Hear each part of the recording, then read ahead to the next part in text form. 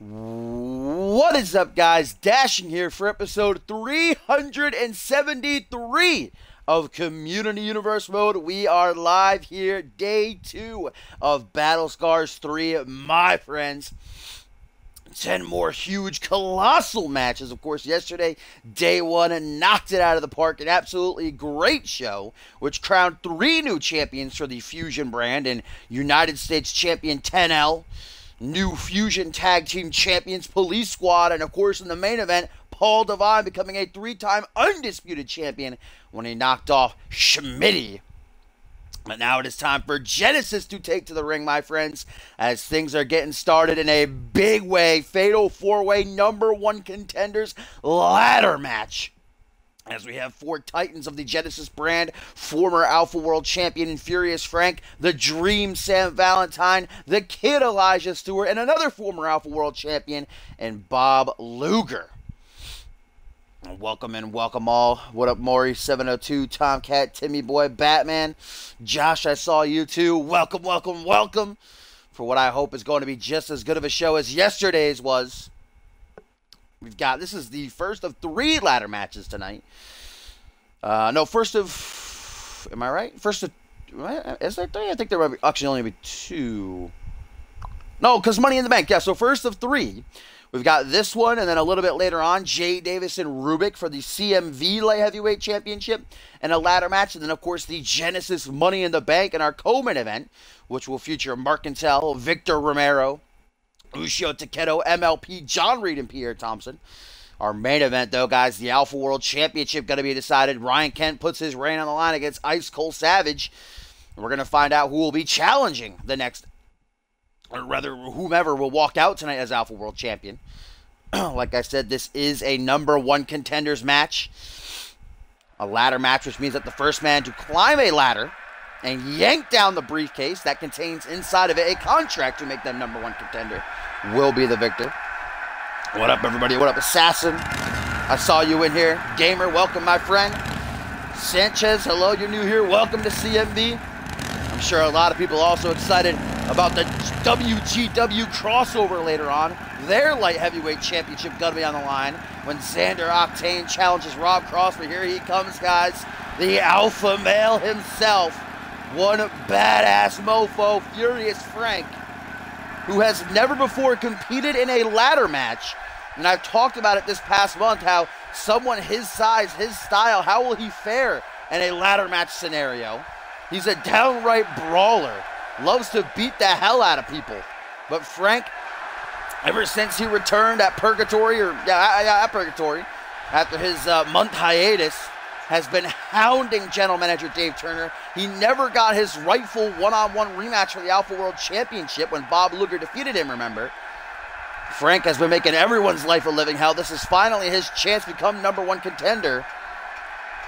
As here comes perhaps a favorite for a lot of people in the CMV universe, a man who this season has come so close so many times to becoming #1 contender.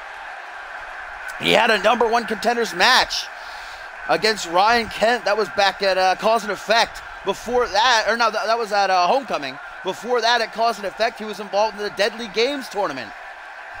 So close on so many different occasions, but he falls short every time. Will tonight finally be Sam Valentine's night, ladies and gentlemen? No, what up, Diamond? You are just in time. This is the opening matchup of the evening. Furious Frank is already in the ring. Here's Sam Valentine now. Valentine, who does have a little bit of ladder match experience. He's had 1 ladder match in his career. That was actually earlier this season at Regicide, where he was involved in a triple threat ladder match for the Anarchy Championship. He was not victorious. Valentine in his 2-year CMV career has yet to taste gold. Can he take that first step finally here tonight at Battle Scars? Yo, what up, Mr. Incredible? Welcome in. Our first matchup of the evening of 10. Stacked card here on day 2. And now I talked about how Sam Valentine might be a favorite for, a good chunk of the CM universe. But here comes the favorite, no doubt about it. The fans firmly behind this man. The good vibes kid tonight looking to finally become a man. Elijah Stewart, ladies and gentlemen, he has ladder match experience up the wazoo, if you will. Elijah Stewart has competed in, I'd say, probably a good 5 or 6 ladder matches. This time last year, he was competing in the Money in the Bank ladder match. Earlier this season at Homecoming, he knocked off Jay Davis in a ladder match. Elijah Stewart also brings that quickness, the agility that's needed to get up that ladder quickly. Just earlier tonight, before the show started, before the fans even started packing in, Elijah was out here. I saw him. I was at my commentary desk reading my notes, going over things, and he was climbing up that ladder as fast as he could, training. To the very last second, Elijah Stewart is ready for this, and initially, he threw his name into the hat just to get at Frank. Elijah saying the only reason I want to win the Alpha World title is so that you can't have it. But Elijah Stewart now realizes what's on the line. The chance for him to cap off the season by becoming #1 contender.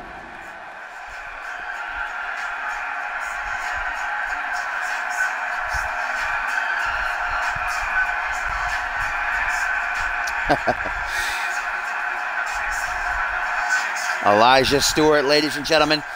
This is the moment. Can he pull it off? Him and Sam Valentine got to hold it. Sam's like, what are you doing?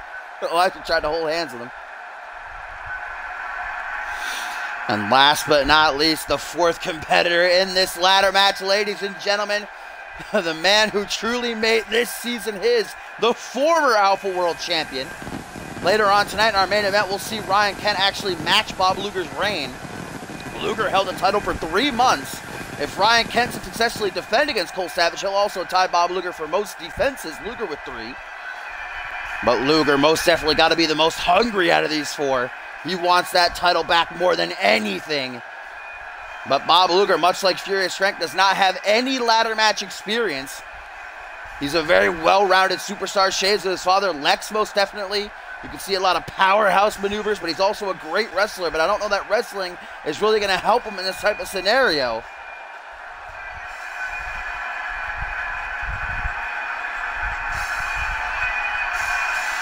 Our first of 3 ladder matches here as we kick off Battle Scars Day 2. Who is going to become #1 contender heading into next season? This is it, guys. There are no pinfalls, no countouts, no disqualifications, and no submissions. The first man to scale a ladder and yank down that briefcase that inside contains the contract will be victorious. Furious Frank, Sam Valentine, Elijah Stewart, Bob Luger. These 4 men definitely know each other very well this past month. Elijah Stewart has definitely been doing very, very good. And kind of back and forth. He did get the win of his career, no doubt about it, knocking off Bob Luger 2 weeks ago, but he did take a loss last week to Sam Valentine in singles action, whereas just a couple of days ago, Bob Luger knocked off Furious Frank. Luger definitely needed that win because along with losing to Elijah Stewart, he and Eli also lost a tag match as Sam Valentine, not wasting any time, ladies and gentlemen, the Dream straight up the ladder, looking to become #1 contender. Bob Luger to make sure that doesn't happen, though, as Elijah Stewart going to scale up to greet the Dream face to face, hammer away at his midsection in the powerhouse Furious Frank with some help by Bob Luger. There goes Valentine, and now there goes Elijah, who lands right on top of Sam's head, kind of like an impromptu leg drop created there. Sam Valentine now going to go for a neck breaker. Oh, nice catchphrase by Elijah, who's going to go up to the top rope. Like I said, he's the high flyer of this situation. Rolling neck snap by Sam Valentine. Now Elijah Stewart targeting Furious Frank, the man who's been going head-to-head with these past couple months. Fought Furious Frank at Ascendance in a losing effort. But what a match it most definitely was. Like I said, Elijah Stewart tonight looks to become a man. The kid wants to become #1 contender. He's had multiple championship opportunities in his career. I believe this is his first time ever trying to go for the Alpha World title, though.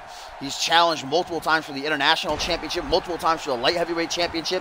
And Elijah's 2-year career, though, he's also never held gold, much like Sam Valentine. Is Valentine going to pick up that ladder? You know, this time last year at Battle Scars, Sam Valentine was actually challenging then undisputed champion Justin Sane for the title. As Luger going to use the ladder as a weapon to take down the Dream. Bob Luger and the Dream went head-to-head at Ascendance, with Luger being victorious. That 2-year-in-the-making matchup definitely did not disappoint. What a match it was.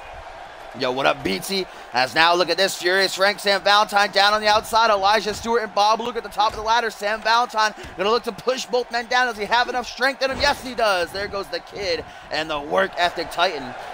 Luger gonna have to take some time here to try to shake the cobwebs as Furious Frank was keeping up the assault on the kid. Meanwhile, Sam Valentine picks up the ladder looking to set it up.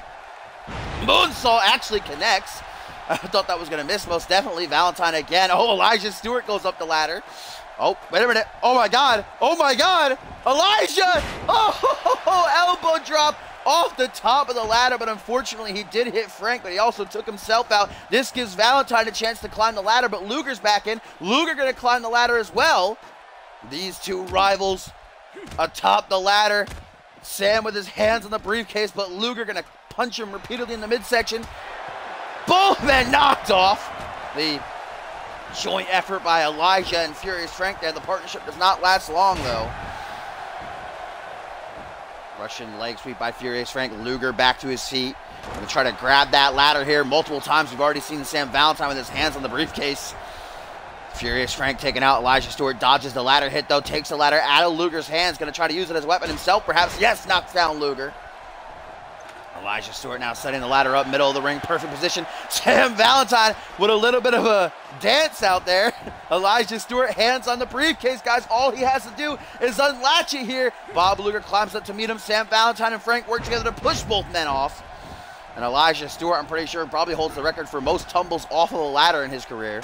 Remember last year at Battle Scars 2, he fell off the ladder to the outside of the ring, hit the apron on the way down. I'm surprised it didn't end his career, but that just shows the resiliency of Elijah Stewart, as Furious Frank, who has yet to climb the ladder in this matchup, going to try to do so as all three of his opponents are down. Sam Valentine back to his seat, though, slides in to meet the alpha male.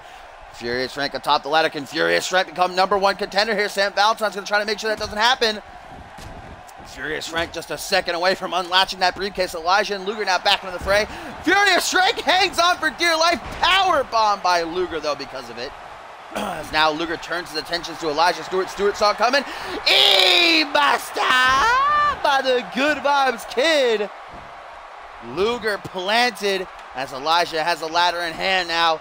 Luger's out of it. Sam Valentine going for Furious Frank. Elijah realizing this is an opportunity as he scales the ladder. Elijah Stewart can have it. Elijah hands on the briefcase, but Furious Frank once again soils the party for the Good Vibes Kid. Multiple times hammering away at his backside. Now Luger climbing up to the top of the ladder to greet him. Just staring at Elijah Stewart here. Bob Luger and Elijah Stewart were tag team partners some weeks ago, but tonight their opponents might be some hesitation by Luger here. Both men going back and forth while Furious Frank and Sam Valentine duke it out in the corner. Oh my God. Oh my God. Oh my God. No. Going for a superplex was Luger. Now Elijah. Oh no. We were about to see a superplex, but Frank threw Valentine into the ladder, which caused both men to tumble off the top.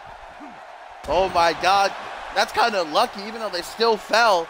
If Elijah would have hit that superplex, Luger probably would have been done for.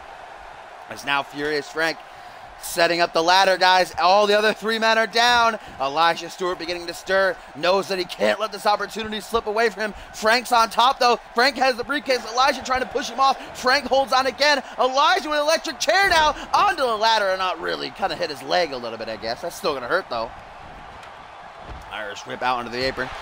Sam Valentine taking out Bob Luger from behind, trying to hit Elijah with the ladder, but kind of a little bit of a distance situation going on there. Elijah has no idea. Luger gives up finally. And Elijah's like, oh, hey. Couple of back elbows connect, creating some distance now. Elijah trying to shoot in. Walks right into a scoop slam. Drops out of it, though. Does a Good Vibes Kid. Hammer to the back of the head. Irish whip. Goes Bob Luger out to the apron. Sam Valentine, though, from behind. Elijah didn't even see it coming. Now the Dream looking for something big here. Oh, man, that ladder. Oh, my God. Elijah Stewart suplex right onto the ladder. There goes Luger now. Ladder to the face, knocks him off the apron. Look at this, Sam Valentine, guys. Furious Frank, we might have a winner here. Elijah Stewart, Bob Luger down. Who's it going to be? Sam Valentine, Furious Frank going at it atop the ladder.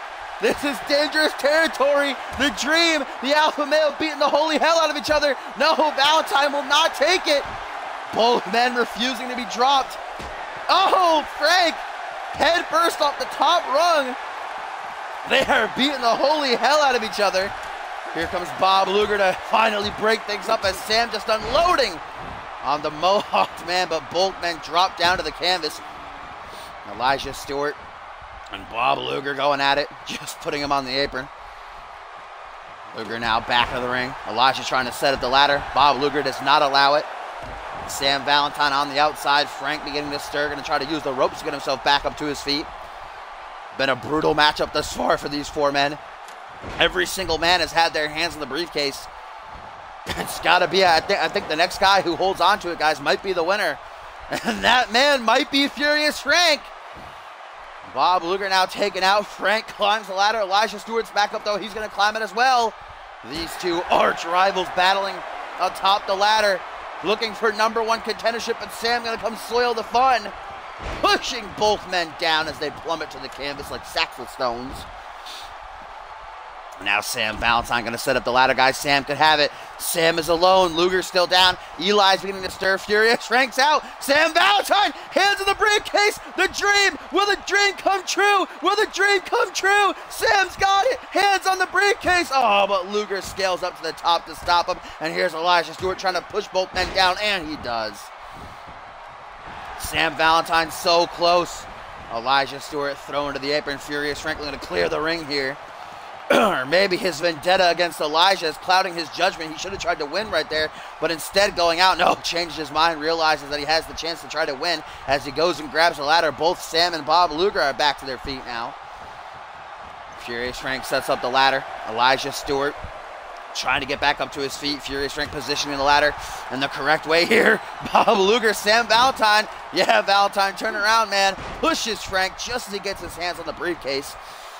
Elijah Stewart now taking it to the dream. Irish whips him out onto the apron. Sam Valentine looking to clear the ring a little bit, maybe. Nope, goes to grab the ladder. Bob Luger chilling in the corner.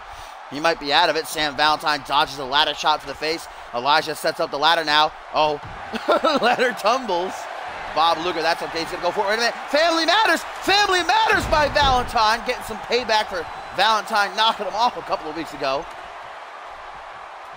Bob Luger now setting up the ladder, guys. The alpha male. Seated on the outside, Elijah busy with Valentine, the work ethic titan, looking to become #1 contender, and he does! Bob Luger does it! Bob Luger is #1 contender.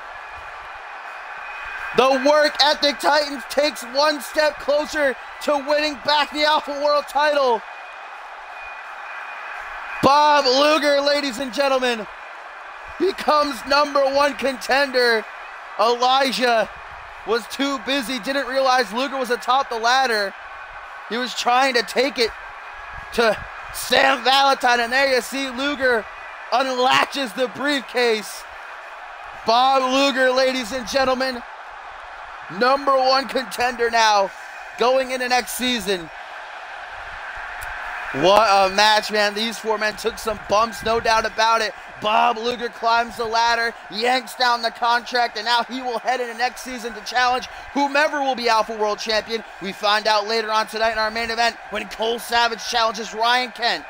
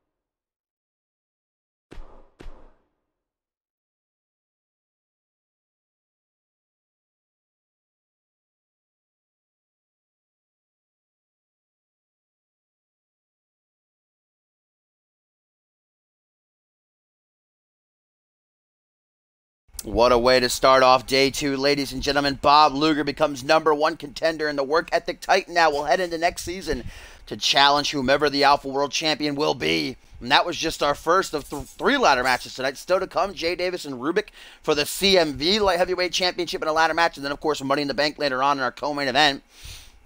But up next, time to slow things down a little bit. Some singles action coming our way as the leader of Rise, the voice of the devilish faction, coming into play. Sean Silva, we know that his boys and Sebastian Vachon and Murdoch will be challenging for the World Tag Team titles. Zach Cage and Nick Blake defending a little bit later on. But right now, the head of the snake, if you will, going to be challenged by the newest member of the Genesis roster in Alistair Knox. Knox, who took down Nikola Ivanovic just a couple of days ago in the go-home edition of Genesis. It was the top of the month that Rise were using their numbers game to beat down Zach Cage and Nick Blake 4-2 when Alistair Knox, the former Rising Star champion, would arrive on the scene and clean house. Sean Silva challenging Knox to a matchup. Certainly not backing down. What a season it has been for Sean Silva. You can't deny that. Rise have been a consistent, dominant force on Genesis, and Sean Silva himself especially. He had that great showing at Cause and Effect where he came back in an elimination tag. It came down to him against Kaiva and Bob Luger. He would eliminate both Kaiva and Luger to be victorious, and then he challenged Luger for the Alpha World title the following month at Homecoming, guys, and he came so close to winning the championship. But now Sean Silva looks to bring the season to an end. Of course, we know this is the last time that we are going to see the Superstars of Genesis on pay-per-view, as the season's coming to an end. But in 2 weeks' time, Retaliation, will see the Fusion Stars at it again. The last show of the season.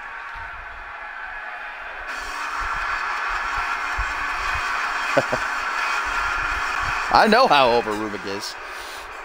Here he comes, Sean Silva without backup, guys. On his own, Sebastian and Murdoch getting ready to challenge for the World Tag titles later on tonight. I don't know where Nikola is. He's probably skulking around somewhere backstage, I'd imagine. Like I said, Sean Silva doesn't need his boys, though. He is an impressive force on his own. Yes, I hate Elijah Mori. I despise him. That's why I say he's my favorite Mori call. Second favorite Mori call. Miles Kelly still has it for me. Of course, it was this time last month at the grandest stage of them all, Ascendance, that Rise knocked off Webb. It was a great win for Rise, a much needed win after we hadn't seen them for a couple of months. Rise now going to try to cap off the season strong. If Sean Silva can win here, and Sebastian, guys, and Murdoch have a good chance of walking out the World Tag Team Champions. They have been tearing it up this month.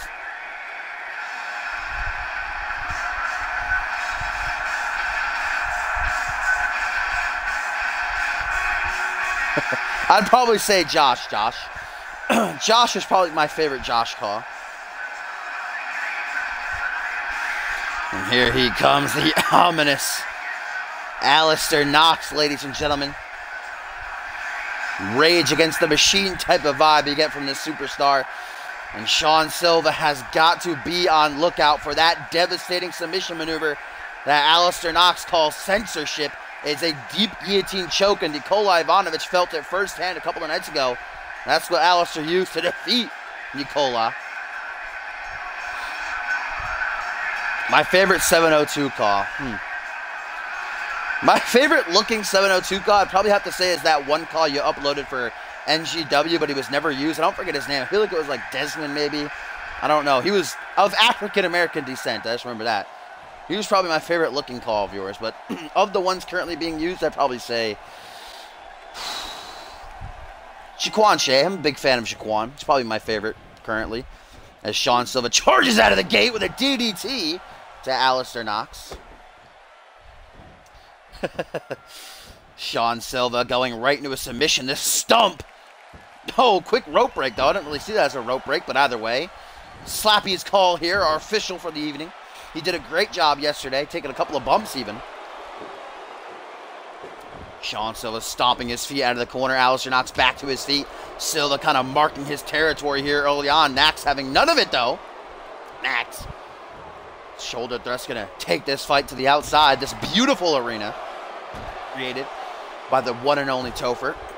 As Alistair Knox just hammers away at the chest here of Double S. The head of the snake going to counter that forearm smash attempt, one of his own. Count of three already here, guys. Got to be weary of the count of the ref here to these two men. As Sean Silva might have just knocked loose a couple of teeth. That knee straight to the face. Count of four by Slappy now. As Sean Silva brings a knee up to the chest of Alistair Knox. Guys, up next, we're going to have more ladder match action coming your way when Rubik defends the CMV Light Heavyweight Championship against a game Jay Davis. Into the announce table. Oh! ribs right to the table, and a spinning rear uppercut, guys. Count of 6 or 7 by Slappy, guys. 7 count right now. Sean Silva realizing it's getting dangerously close to 10, going to take the fight back into the ring. Of course, tonight we also have WGW dipping their toes into the CMV pond when Xander Octane challenges the WGW light heavyweight champion Rob Cross for his title. That'll be an interesting one to see. Most definitely. That's a little bit later on. Still got 4 championship matches come. World Tag Team titles on the line, guys. I'm really looking forward to the Triple Threat International title match. Those 3 hulking behemoths over 1,000 pounds will be in the ring. Bison and Duo Maxwell looking to become international champion. It's Gary Suckinov will defend his title. Alistair Knox certainly not a frequent flyer off the top rope, though. Oh, nice blockbuster. I know Gumbo loves a blockbuster. So Alistair Knox successfully pulls that off. Unfortunately for him, Silva no-sells it. Irish whip now off the ropes. Double, or I should say spinning back elbow by the voice of Rise, who now goes to the ring apron. Sean Silva might be looking for a blockbuster of his own, guys. He hits from time to time. And he's going to get it, this blockbuster match. Anything you can do, I can do better, says Sean. We have 2 brands in CMV, Sanchez. Fusion and Genesis, and each brand has 4 championships. Yesterday, we saw Fusion have all 4 of their titles in line, and 3 of them changed hands. Tonight, Genesis can have all 4 of their titles in line as well. We do have the Rising Star Championship, which is on both brands, so 9 championships in total. As Alistair Knox hooks the leg here of Sean Silva. We have nearly 100 competitors here in all of CMV. As Alistair Knox repeatedly going to kick Sean Silva in the back. Bringing Sean Silva up. Grabbing him by the tights for a lifting reverse DDT. Hardline, we were talking during Genesis about how cool your Mercantile entrance was. The past couple of weeks, oh, wait a minute. Sean Silva, SOS! Middle of the ring into the pin, looking to seal the deal here. Only a 2 count, though. We'll see Mercantile in action a little bit later on. We'll get to see that dank entrance. Actually, no, we won't because he has his pay-per-view attire. But Sean Silva now, guys, might be looking to end things with the small package driver. 1, 2, only a 2 count, though.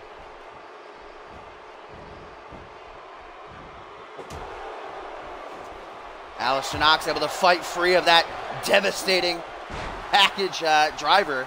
Suplex package pile driver. Not pile driver, suplex driver. Why am I like not understanding it? I just told it.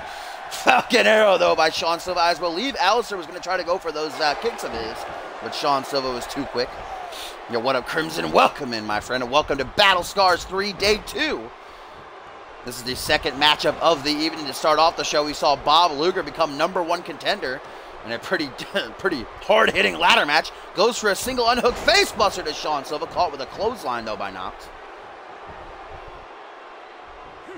Yo, what up, Kylo, my friend? Welcome. All the WGW guys here getting ready to see that matchup later on. Xander Octane and Rob Cross for the light heavyweight title. Drops the fist here to Sean Silva. Up next, we're going to see the CMV light heavyweight championship on the line. Rubik going to try to keep his reign going in a ladder match, defending against Jay Davis. Lateral press here by Sean Silva after some well-placed elbows, but only a 2 count. In the corner, Sean Silva's feeling it, guys. He's been largely dominating this matchup, especially these past couple of minutes. He's already hit Knox with one of those small package drivers. Wrong time to taunt, Knox. Wrong time to taunt. He did that a lot during the Nikola Ivanovic, just like the Nikola Ivanovic match. Just taunted randomly, like a lot of weird times. But he ended up coming back and winning in that matchup. Can he do it here tonight? Silva with a beautiful HBK-esque elbow drop off the top rope. Makes me miss Randy Borton. Sean Silva bringing Alistair Knox up to his feet. This might be bad news. Sean Silva hooking the arms. Future shock DDT by Sean Silva. And Alistair Knox's body just kind of going limp there as he hooks the leg, middle of the ring. 1, 2, 3. Oh my God, that was a... Okay, if you ask me, that was a 3 count, but Slappy saying that it was not. Just about, though.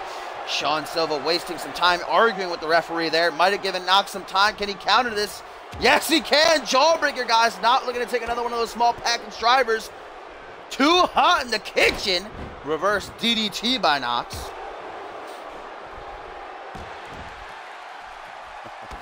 Now Knox repeatedly stomping on the down Sean Silva. All Knox needs to do is lock in that guillotine choke, man, and it is over. Nobody, and I mean nobody, has been able to escape from that. Everyone that Knox has locked into that submission has tapped out or passed out. Sean Silva with another Falcon Arrow, going to try to go for the pin here. Desperation now by Silva as he looks to finish, but it's still only a 2 count. Sean Silva out to the apron, guys. Knox with a Superman punch! Catches him right out of the air! Where did that come from? Into the pin! 1, 2, but only a 2 count. Mamma mia! Alistair Knox just about putting Sean Silva's lights out. That has definitely shifted the dynamic of this matchup real quick. Holy baloney. Knox now trying to close in, might have been looking for censorship. Sean Silva, though, realizes he's fighting from down under now, trying his best to battle back. Irish whip into the corner. What up, Big Vic? That was one spicy meatball. Luckily, Sean Silva survived it. These two going back and forth now. They know the end of the match is nigh. Who's going to be victorious? Who's going to go into the next season with some momentum? Shiranui into the pin, but only a 2 count. Sean Silva still not enough. What does he have to do? He's already hit the small package driver. Maybe a second one will do it in, but he already tried for a second one and Knox countered it. Some elbows to the chest now by the leader of Rise.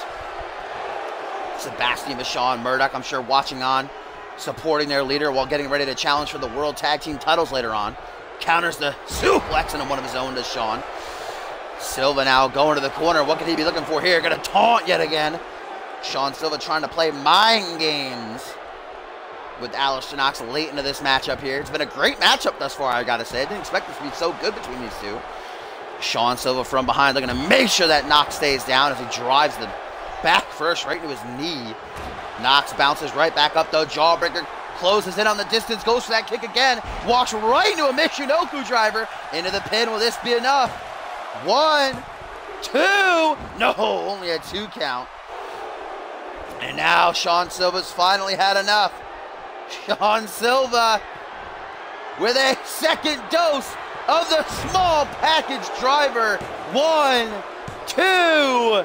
No, still not enough.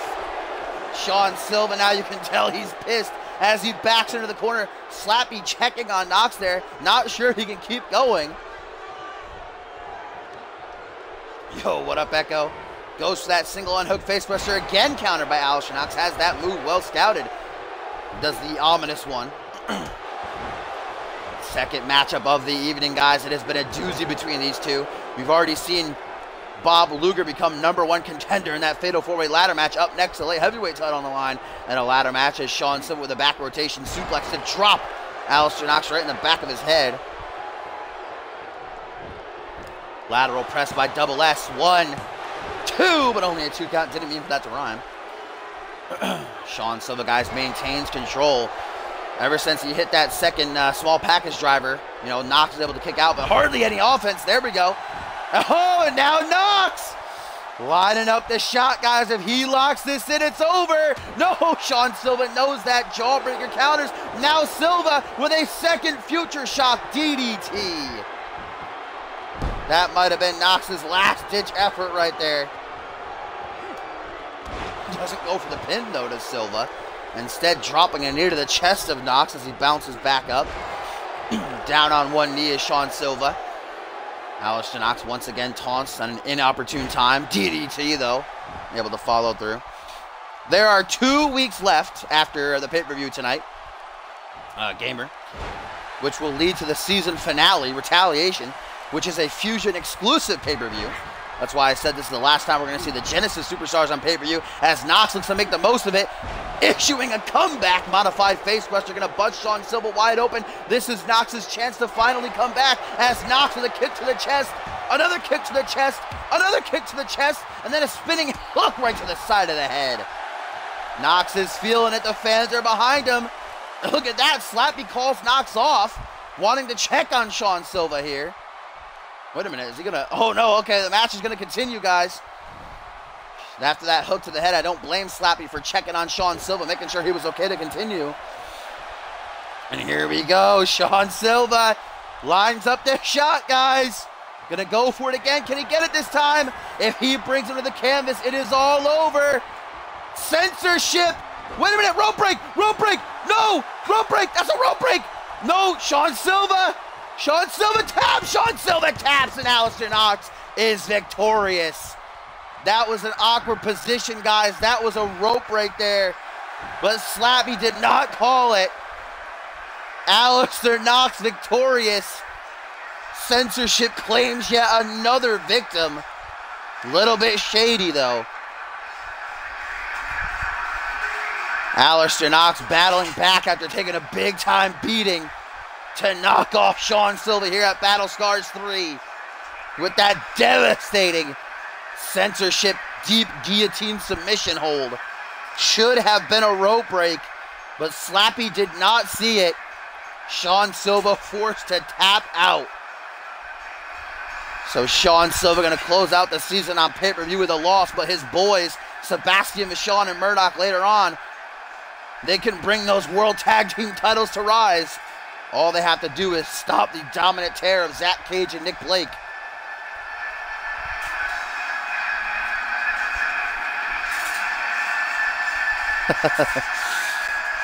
Man, Sean Silva dominated the larger part of that matchup. Alistair Knox able to come back, though, victorious in his pay-per-view debut.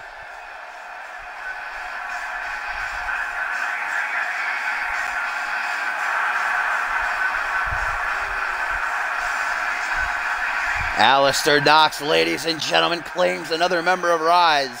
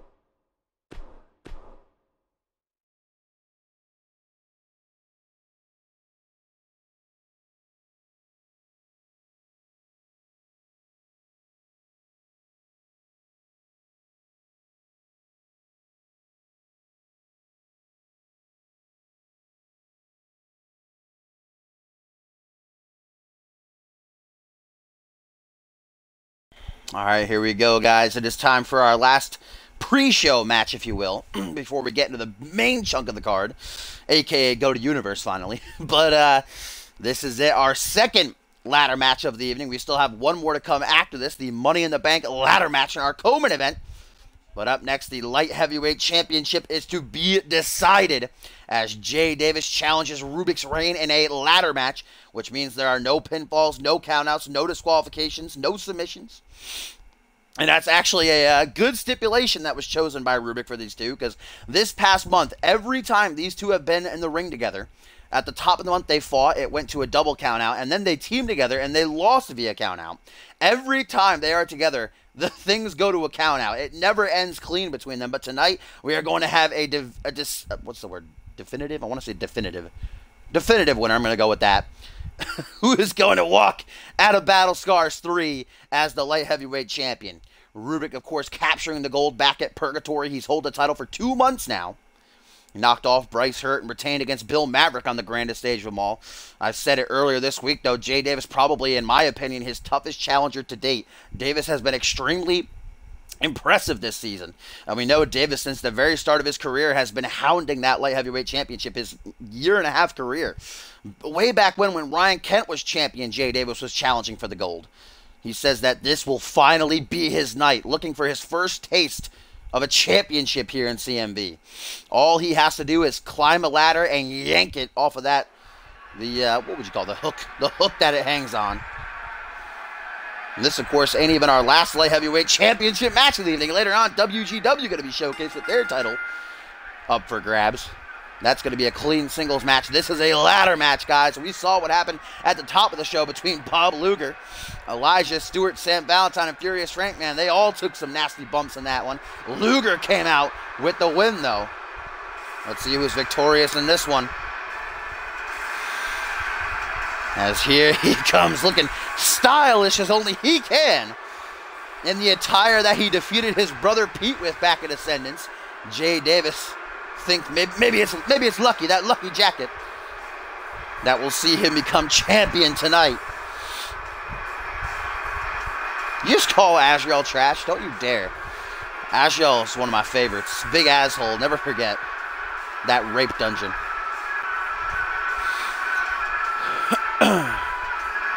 That diamond merch is his city, London, England, though. That's the question there, BZ.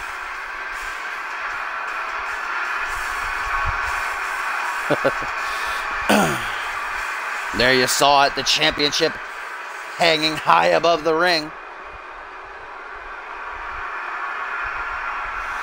Jay Davis is ready for this, guys. He's been preparing his entire career for this moment. Will this finally be it for Jay Davis? He's got to get past this man, the fan favorite, the Brazilian-born, trombone-toting, CMV light heavyweight champion. Rubik, with his title already hanging above the ring, comes out. The fans on their feet. Rubik, I've been saying week after week, man, he impresses me so much, especially how he started things when he first came to this side of CMV. Remember, he's a former unmatched superstar.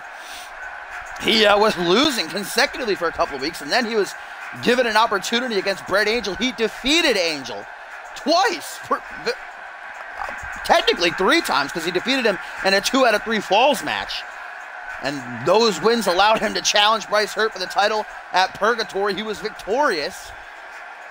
Rubik's held the title for 2 months now. Can he go into the next season still champion? Remember, guys, tomorrow night, the Fallout Monday Night Fusion, the draft is going to happen. First annual draft. So you never know. Rubik, if he retains, Jay Davis, if he wins the title, you know, championships can change brands. You never know. You're definitely going to want to tune into that. See who's going to end up where heading into the next season. Here it is, guys. The CMV Light Heavyweight Championship is up for grabs. The championship certainly been a focal point on Genesis this season. A lot of great rivalries. Of course, El Jefe, Bryce Hurt fighting for months and months and months over the title. What a great feud that was. Now it's landed in lap of Rubik. Jay Davis challenging, the bell rings, and here we go. No pinfalls, no submissions, no countouts, no disqualifications. This is a ladder match. Hip toss by Jay Davis, who taunts early on. Liking the way that things are starting off for him. Taunts twice in a row even. Rubik back to his feet though, and woo! Gonna light up that chest with a knife edge chop. And a kick to the back to follow it up. You see Jay Davis brandishes the scars that will be with him for the rest of his life after that brutal car accident he was in 4 months ago. Which we found out was executed by his brother Pete. Nice counter of the cannonball senton. Double knees in the air. Gonna catch Rubik. You can see that Jay Davis has a bit of a height advantage here. Davis by no means is a high flyer. He is a light heavyweight, but he is a very, very technical superstar. He was trained by general manager of Genesis, the technical prodigy Dave Turner, CMV Hall of Famer. So you see a lot of suplexes, a lot of wrestling by Jay Davis, whereas Rubik is a high flyer. He loves to take risks. His claptrap not going to really help him out a whole lot in this matchup, though. That corkscrew off the top rope. And red arrow, if you will. Might be looking for a Rubik's Cube, but currently Jay Davis is firmly in control. Just kicking Rubik around the ring like it ain't no thing. Up next, guys, following this matchup, we are going to see Josh Wolf return after a month out of action. Kidnapped by Pat Davis. Looks for the ultimate revenge as he takes on Pat. Later on, we'll see Kevin Lee and Tim LaFave, former best friends, former tag team partners, champions together, finally collide one-on-one. It's going to be a very emotional matchup. I'm looking forward to it, though, as Jay Davis with an arm drag going to throw Rubik overhead. Ooh, nice counter by Rubik there. Gonna bring Jay Davis face first down to the canvas as the light heavyweight champion brings Jay Davis to his feet now. A Northern Light suplex. And our first tweet of the evening, guys, gonna come from Tim LaFave, who says, speaking of the 2019 draft, a lot of Genesis faithfuls have been worried about my placement, but I can promise you, even if I get sent to Fusion, I'm not going anywhere. Genesis is my home, and always will be. So Tim's saying, even if he gets chosen in the random draft, he's not going. Genesis is his home. I certainly wouldn't want to see Tim anywhere else. Tim without Genesis is like, I don't know, peanut butter without jelly. DDT, nasty looking DDT by Davis. As now he goes to the top rope. That's a bit surprising here. And we haven't even seen a ladder introduced yet, which is interesting to note. Earlier in that fatal four-way, misses the body splash. We saw a ladder introduced literally right away by Sam Valentine, but these two looking to wear each other down a bit before they try to win.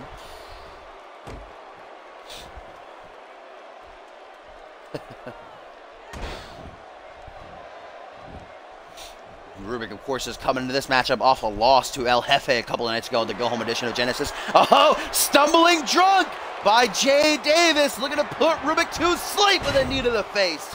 And now Jay Davis sees his opportunity, goes and grabs a ladder. Guys, this could be it. First time a ladder's introduced in this matchup. Jay Davis looking to become light heavyweight champion. Earned his first championship in his year-and-a-half CMV career. Sets up the ladder. Rubik not looking to let him climb, though. Jay Davis says, that's fine, I'll just throw you out of the ring. Davis with that strategy on point. Jay climbs the ladder, guys. Rubik down. Davis could have it. Light heavyweight championship in hand. I can tell you, it is difficult to unstrap that thing. It is firmly wrapped around that hook. Rubik's got to get to his feet, man. Jay Davis. Davis is having all the time in the world to unhook the title. Rubik, what are you doing? Oh, wait a minute. Wait a minute! Jay Davis does it! Davis does it! Jay Davis given too much time by Rubik! Jay Davis is light heavyweight champion! Rubik too slow to get in the ring! Rubik! Jay Davis had that strategy, man. The stumbling drunk took out Rubik, and then Jay Davis introduced the ladder, threw Rubik out of the ring, climbed the ladder, yanked down the title, and we have a new champion. After a year and a half, Jay Davis tastes championship gold. Davis is the new light heavyweight champion.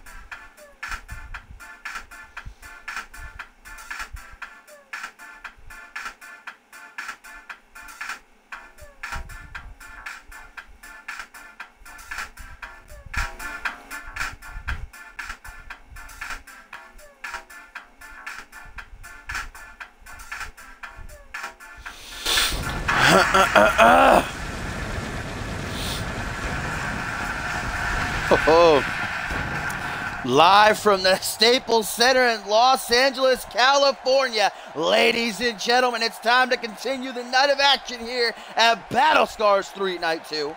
We've already had 3 great matches. We just saw a new light heavyweight champion crowned in Jay Davis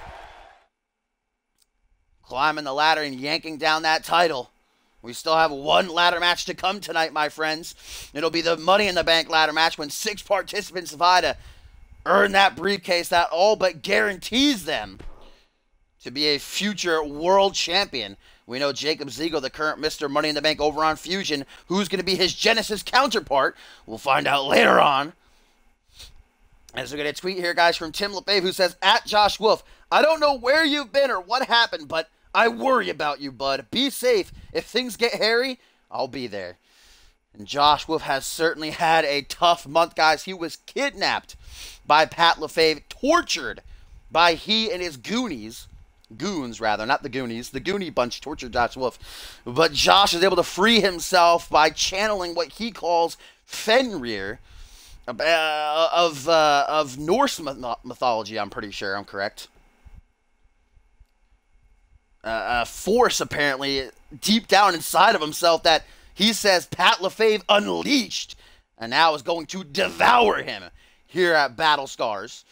Pat, of course, the father of CMV, longtime stay and living legend Tim LeFave, who's in action later on against Kevin Lee. Tim is knocking off Pat at Ascendance to finally, free Tim, if you will. Now it's Josh's turn to free himself. Josh inserted himself into this family affair by saving Tim's mother on not one but 2 occasions from Pat LeFave and Kevin Lee. Tim now has obviously shown his thanks, has given Josh with his undying, what's the word I'm looking for? His undying gratefulness, if you will. Josh Wolf is in it for himself here tonight, though Tim has Kevin Lee to worry about later on. Josh, even though he's channeled this Fenrir spirit, if you will, and is bringing it out tonight, he certainly should not overlook Pat LeFave, though he is old in his years. Pat taught Tim everything he knows. We know that Tim is one of the best in CMV today.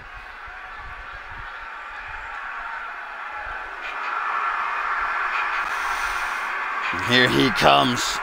This man, absolutely despised by the CM universe, and for good reason, tortured his son Tim for months and months and months, causing him severe emotional damage to the point where Tim snapped, had a psychological meltdown, and actually thought he was somebody else. Pat got his at Ascendance. Now it's time to see if he gets even more. Let's see if Josh can kick Pat out of CMV once and for all and get rid of him. I'm certainly backing up my boy, Josh Wolf, tonight.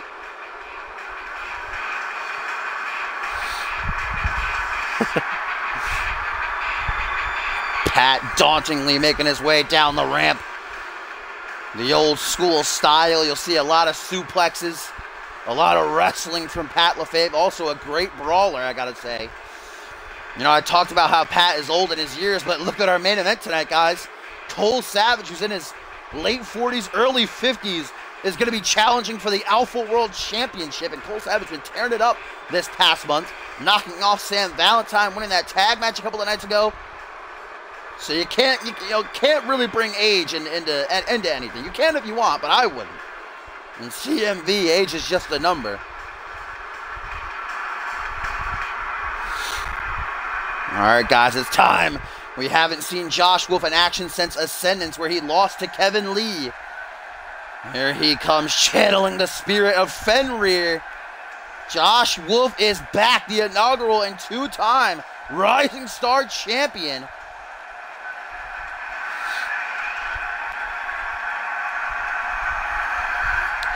Here he comes, he's back. Josh Wolf certainly looking like I've never seen him before. Josh has always kind of had a unique look about him. Look at this, a torn shirt. He's got face paint on. Who did that to his shirt? He did that to his shirt? That's actually really cool, Josh, by the way. Josh Wolf. I don't know how those chains feel. What is this? This is a new Josh Wolf, guys. Yo, what up? Wolf is awake, my friend. Welcome to CMV. Look at the fans. Everybody in this arena here in the Staples Center is behind Josh Wolf.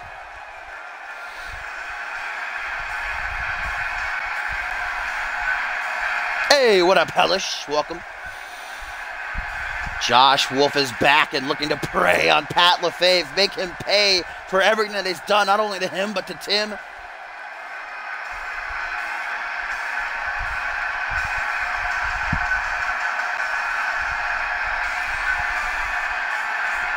Almost with an animal-like way of moving, Josh Wolf finally makes it to the ring.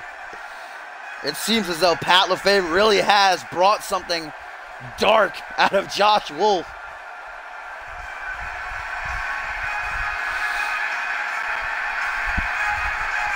Is Pat LaFave going to be able to handle this new side, ladies and gentlemen, of Josh Wolf? Here at Battle Scars 3, Day 2. It's already been one hell of a night. We still got so much more to get to. After this matchup, guys, the World Tag Team titles to be decided when Raj challenged Zach Cage and Nick Blake. Of course, Kevin Lee, Tim LaFave, the WGW crossover title match. Money in the Bank, the international title on the line, and our main event, the Alpha World title line. Here's Josh right out of the gate, charges Pat and floors him with a neckbreaker, then right into a cross armbar goes Josh. Looking to make Pat tap early, but a rope break for the old timer. Gonna set himself free as he goes for a kick to the gut, gets it. Punch fails though, as Josh Wolf takes him down. Fireman's carry, shoots him right overhead though. Cheeky little jab by Pat, leans Josh up against the ropes, and now Josh might be in big time trouble. What the hell is this? Oh, snap swinging neck breaker, using the ropes for support there. That's actually one of my favorite moves. Love it. Guys, a tweet here from Ryan Kent says the Savage family better have Cole's gravestone ready for him by the end of the night. That's Pat LaFave. Look at that, trying to get into the head of Josh Wolf here, though I think he's already gotten way into the head of Josh Wolf, too far into the head of Josh Wolf. Ryan Kent talking that smack before he defends his title later on in our main event against Cole Savage, as Pat now locks in a submission with a camel clutch. Josh quickly out of it.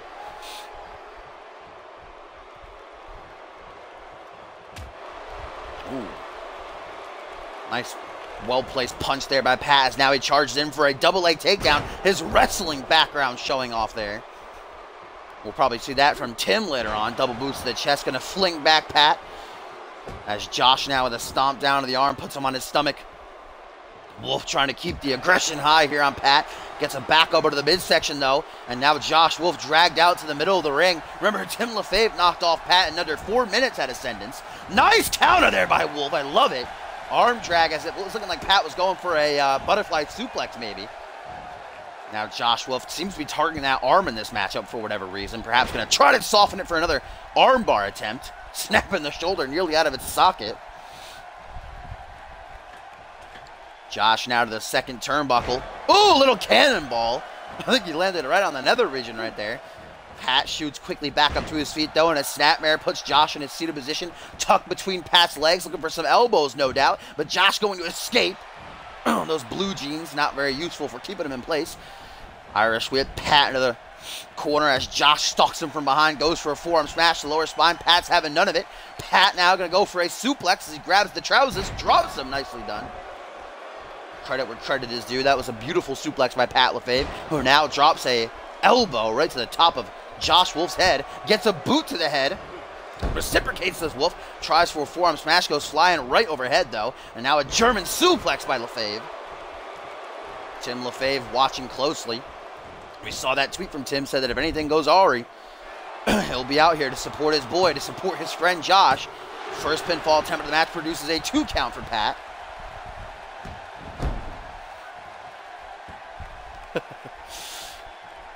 Josh Wolf with a jawbreaker, gets himself back to a vertical base now, closing in. We got a tilt-a-whirl DDT. Gonna plant Pat headfirst into the canvas.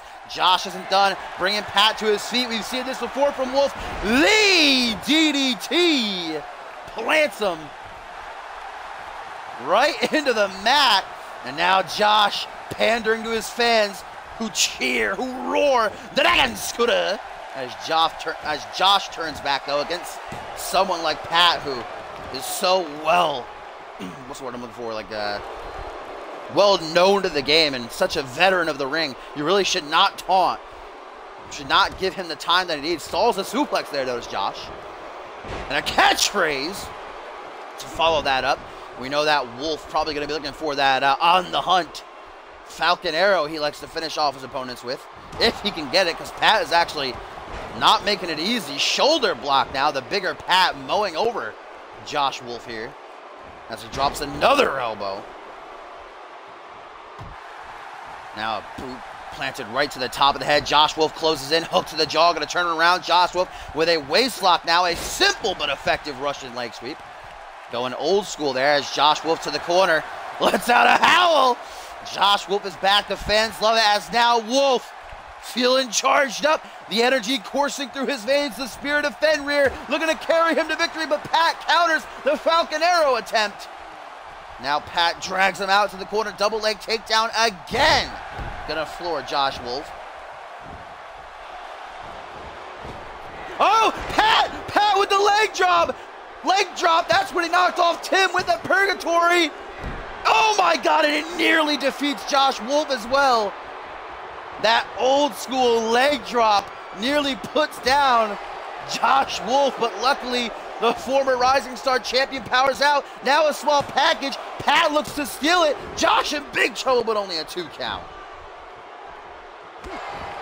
Kick to the back. Stomp to the arm. Pat now drops the elbow to the lower spine. Josh Wolf is not in a good way right now, ladies and gentlemen. He is looking bad. Pat LaFave dominating currently. Can Wolf battle back here? Yes, he can. Dragon squeeze! Gonna take him down. Now brought up to his feet is Pat. Josh Wolf gonna try to battle back here in this one. End of days by Pat! Or to Pat, I should say, by Josh. 1, 2, 3, and it's the end of Pat's days! Josh Wolf victorious with a nasty slingshot reverse STO out of nowhere. Never seen that before from Wolf, and it does the deed.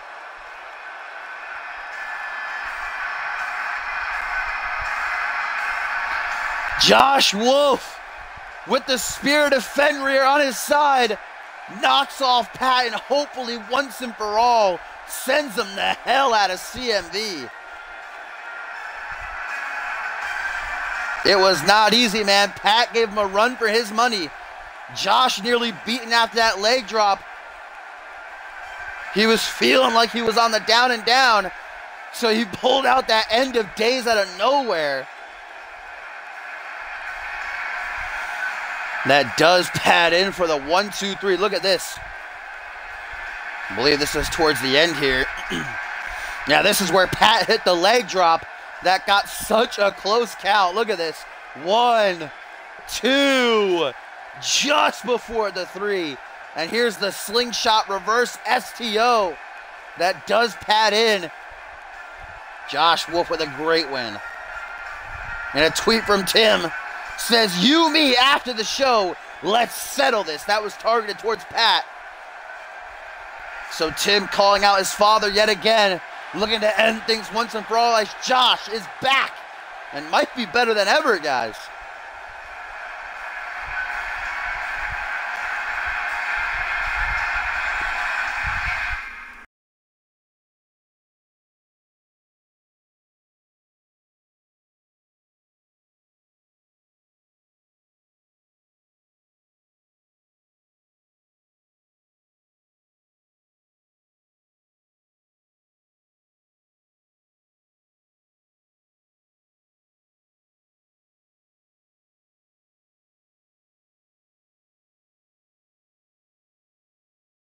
All right, guys, here we go. Up next, our second of 4 championship matches tonight here on day 2 of Battle Scars 3.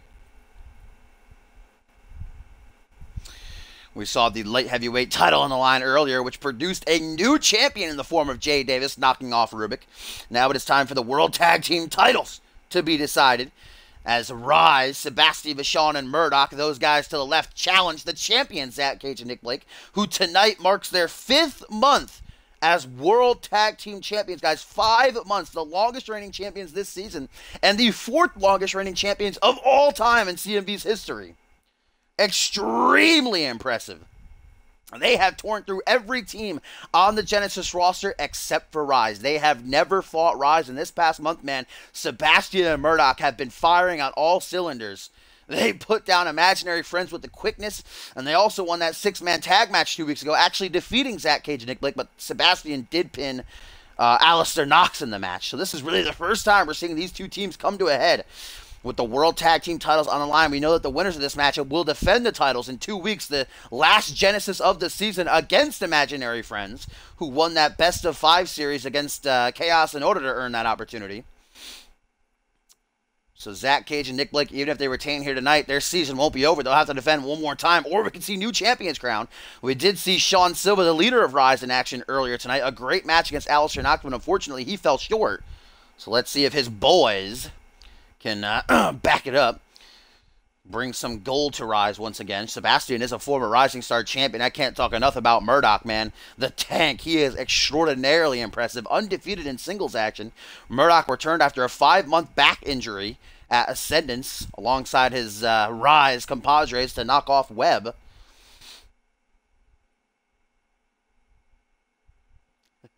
Up next, Kevin Lee and Tim LaFave, guys, going to go head-to-head. Then we have the WGW crossover match. Xander Octane going to challenge light heavyweight champion Rob Cross. Then we're going to have the international title on the line. Over 1,000 pounds going to be in the ring when Bison and Duo Maxwell challenge Guri Suckinov for the title. And then we'll see Money in the Bank, and then it's our main event Alpha World title on the line. Ryan Kent defending against Ice Cold Savage.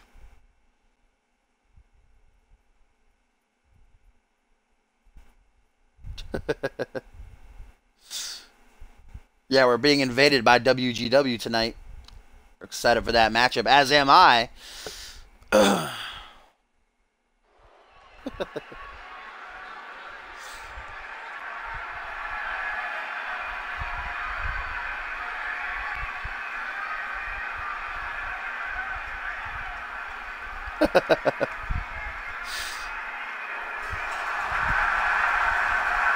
Here they come, the challengers and the dominant Rise. That right there is the Tank, the monster known as Murdoch. And there's his other half, the Frenchman, the Grenoble Nightmare, Sebastian Vachon.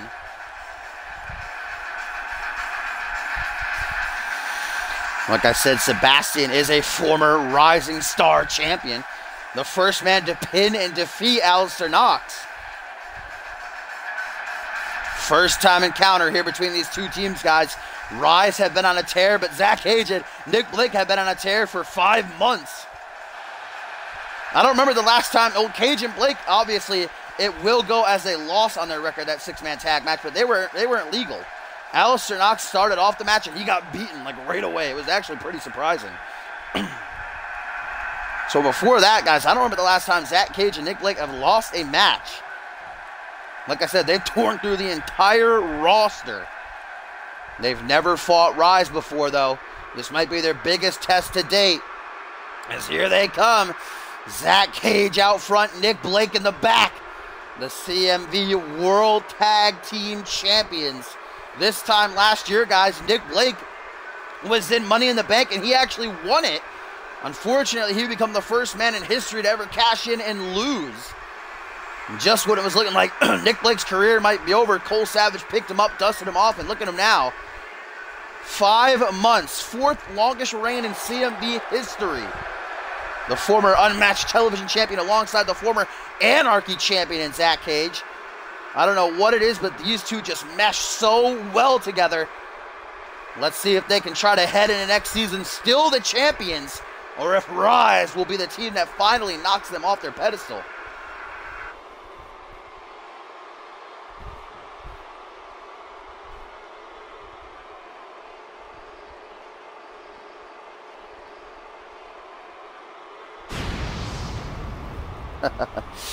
World Tag Team titles on the line.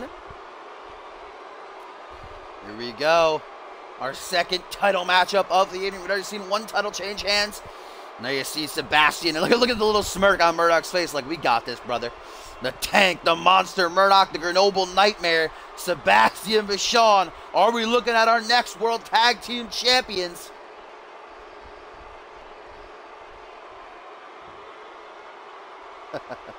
And there they stand. Zach Cage to the right, Nick Blake on the left. The dominant force that has just been monopolizing the tag team division, man.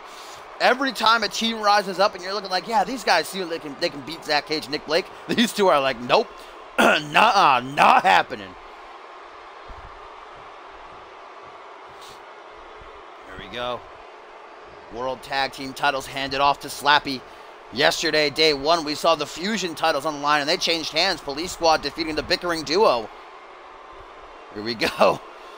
Looks like it's going to be Sebastian Vachon and Zach Cage starting things off for this tag match. The bell rings, and it is on. Titles on the line. As the Frenchman with a kick to the gut drops the DDT. Not a great way to start things off for Cage and Blake.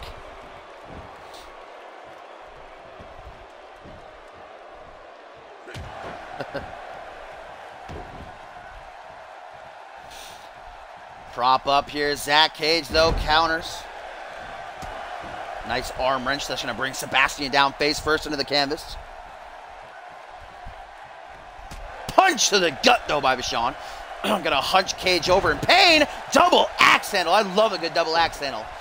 If there's one thing you got to know about me, if you want me to love your call, you can put one of three moves on them, or all three, and I'll love you the most. A flapjack, a double axe handle, or that beautiful submission that I love so much. And your call will be my favorite. Nice leg drop to the arm there. And we know that actually Zach Cage utilizes a Fujiwara armbar in singles action to tap out his opponents. He's going to tag to Nick Blake, so softening up that arm later on maybe to look for that submission. Shoulder jawbreaker. That's a maneuver you don't see too often.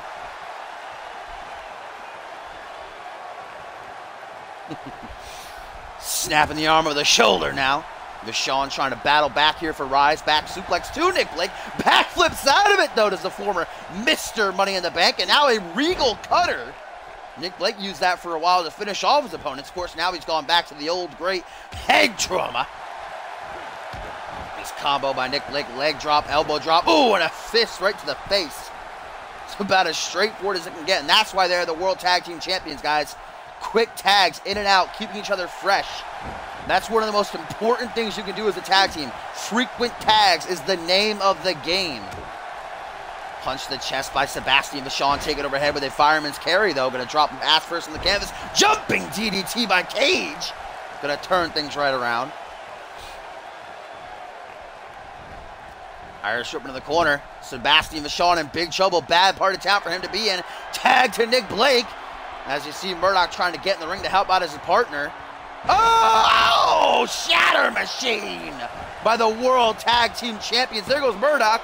1, 2, but only a 2 count. Murdoch. Jesus Christ, snapmare over the ropes. And then he just went right back to the outside. That was actually cool how he transitioned to the apron after that. Oh, but Nick Blake caught up. Going for that. Oh, nice reversal. Sebastian was going for that patented gut-wrench powerbomb of his. Nick Blake countered. Don't know what Blake was going to try for there, but Sebastian a tad bit quick for him. Is going to tag to Murdoch now. And here comes the tank, the monster, the powerhouse, the absolute machine. He's not a man. Irish whip rebounds, goes for a big boot. Nick Blake moves out of the way. Murdoch catches him with the cravat neck breaker.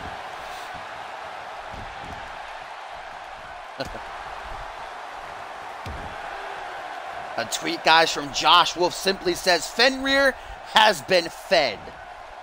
Capture suplex. Going to throw Nick Blake overhead. Stomped down onto the face by the big man. Sean Silva, I'm sure Nikola Ivanovic watching in the back, supporting their boys. Delansky, as I'm sure Cole Savage is up in his skybox, getting ready for his match later on tonight. Rooting for his 2 clients, as Nick Blake might be looking for a little bit cheeky edge drama, but no, Murdoch's having none of that.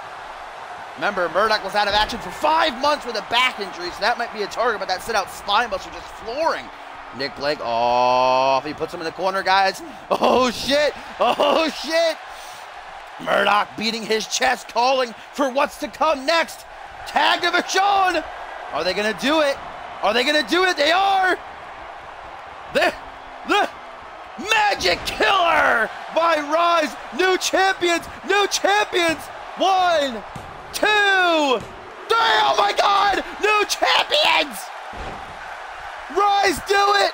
Rise, rise, rise! We have new World Tag Team Champions just like that.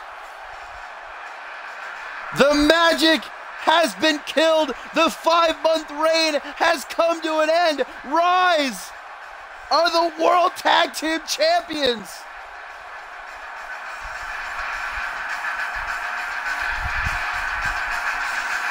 Shatter Machine early on nearly had it won for Zach Cage and Nick Blake. Then Blake tried for some head trauma. Vachon countered it, hit his sit-out spine buster, tagged Vachon, magic killer. You see Murdoch stops Cage before he can make the save, and we have new champions.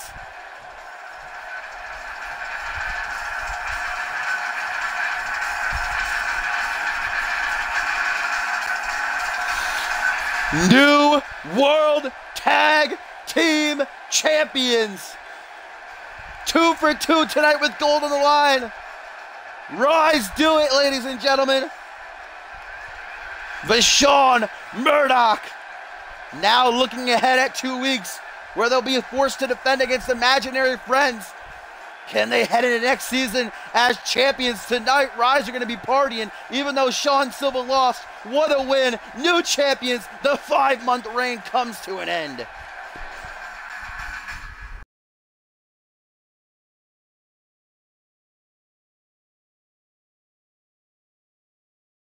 Tim, if you don't bring back Nick Blake, I might have to disown you, because Nick Blake's my favorite.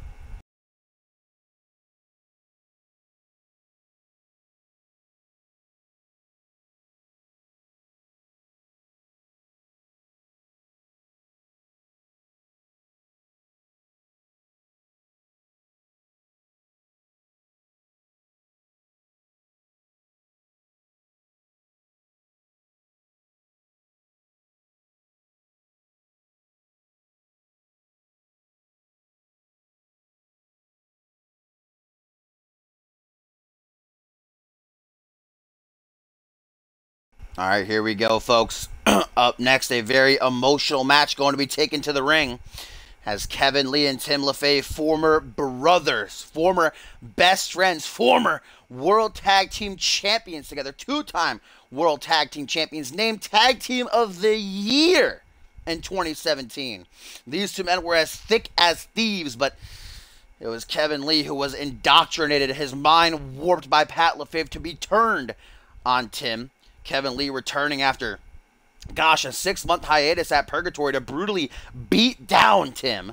It was at Ascendance that Kevin Lee donned up in his Icons wear, that Chuck Norris look he's got rocking, put down Josh Wolf. Kevin Lee attacking Tim LaFave time and time again, demanding this match. Tim did not want this to happen. Tim said, Kevin, look, just apologize, man. You're still my brother. You'll always be my brother. But Kevin kept attacking him, saying, fight me, fight me, fight me. Even went so far as to target Tim's mother. Not once, but twice. And that's when Tim finally snapped and said, you want me? You'll get me. So here it is, guys. Kevin Lee, Tim LaFave, 1-on-1. Last time they fought one-on-one was over a year ago, and Tim LaFave was victorious. That's when they were still friends. That's when they were still brothers. Tonight, they are rivals. And a tweet from Josh Wolf, guys, says, best of luck, Tim. I'll be watching. And a tweet from Tim says, at Kevin, you said the events of Ascendance 3 are what sent you against me, and I'm sorry. But please, after this, let's join again. Let's be brothers we always were. For Mom, for me, for you. Ascendance 4, gotta correct Tim there. And Kevin did reference that. Remember, it was back at Ascendance 4. A Fatal 4-Way first to do 2 falls international title match where Tim pinned Kevin Lee both times to win the title. Kevin saying, that's when it really started for me, Tim. That's when I began to realize that it was never us, it was only ever you. And, you know, add on top of that, Pat LaFave whispering in his ear, and Kevin Lee just turned to this person that I don't even recognize anymore, but I do recognize this man. This is Timmy Boy the Timster. This is the good guy himself, ladies and gentlemen. The 2-time Anarchy Champion, 2-time World Tag Team Champion, 2-time International Champion, first ever. The inaugural Alpha World Champion. Tim LaFave, this season has been hard on him. He lost nearly 5 months of his career to injury. He was in a coma. We thought he was dead. His psyche broken by his father. But now the Tim of old is back. He has been on a run, a tear, these past couple of months. A couple of nights ago, he and Cole Savage knocking off Kevin Lee and Ryan Kent in tag team action.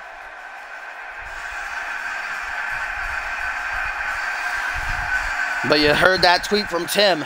Still, even though Kevin Lee has tried to attack his mother twice, still Tim says, after this, let's go back to being friends, man. I'll accept you with open arms. That's the kind of guy Tim is.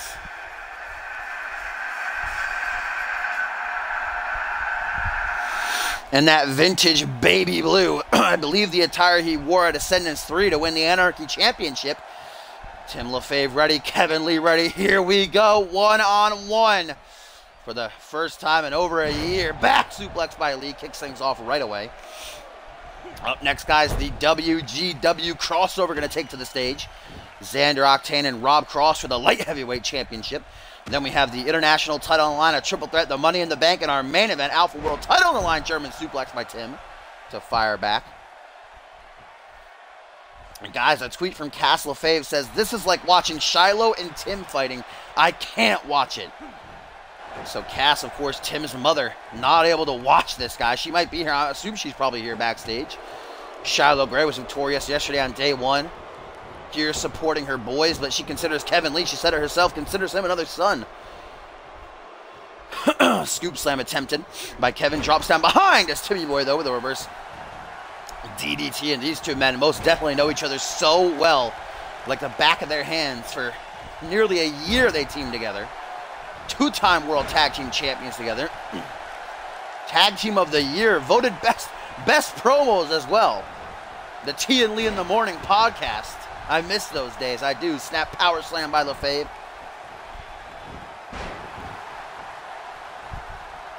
Kevin Lee trying to maintain control here as he goes for a Michinoku driver. Nicely done. That vintage match editor here in CMV. Too early in this one to do so, though. As Lee drags him towards the middle of the ring and a kick to the lower back with those boots, man. Those cowboy boots, the Spurs. Oh, and look at this. Slappy busy checking on Tim, and Kevin Lee, the dirty heel tactics, removes the top turnbuckle. Now looking to use it. Tim right into the steel. Dirty, dirty, man. Kevin Lee has changed so much, and I hate it. Tim's got to be hurting from that, but he tries to battle through it, clotheslining Lee right out of the ring, and now taunting, pandering to the CMV Universe live here in attendance for Battle Scars 3 Day 2. As Lee tries to recuperate on the outside, rushes back into the ring. Tim's waiting for him with a stomp to the foot. No, Kevin Lee fires with a fist to the side of the head instead. Now Lee dragging him out. Back suplex lands him in the middle of the ring. Slappy keeping a close eye on this one. I can't believe he hasn't seen the exposed turnbuckle yet. Lee off the second turnbuckle with a body splash. Keeping it simple, Lee is far from a high flyer. The hypothetical Kung Fu practitioner is a versatile striker, though. Those kicks are absolutely deadly. The punches can go right to the back of your face. As Kevin Lee sizes up Tim LaFave now, and it's really sad that this all, at the end of the day, just boils down to jealousy. As Kevin Lee now gonna go back first into the exposed turnbuckle, then a clothesline. Beautiful combo. Really meshed together well there by LaFave. I don't know if Tim forgot about the exposed turnbuckles. I don't know if Tim would do something like that, so I'm pretty sure he forgot about it. But either way, the damage done. Now a power bomb by LaFave. Or maybe the heat of the moment just got Tim there. As Tim now Long Island Slam by Timmy Boy. And Tim wasting no time, guys. He wants this to be over as quickly as humanly possible as he looks to do just that. Lee going for a ride, a specific ride, the Coney Island Cyclone. Into the pin. 1, 2. Only a 2 count, though. Lee not going down so easily. Like I said, these two know each other too well. Lee braced for the impact, able to survive. But again, Kevin goes into the turnbuckle, and I don't think Tim can make that mistake twice, guys. Even though Tim let out that tweet, I think in the moment, in here, in the match, face-to-face with Kevin, the emotions are just boiling over as Kevin again tries for the spinning back fist, but Tim's too quick for him.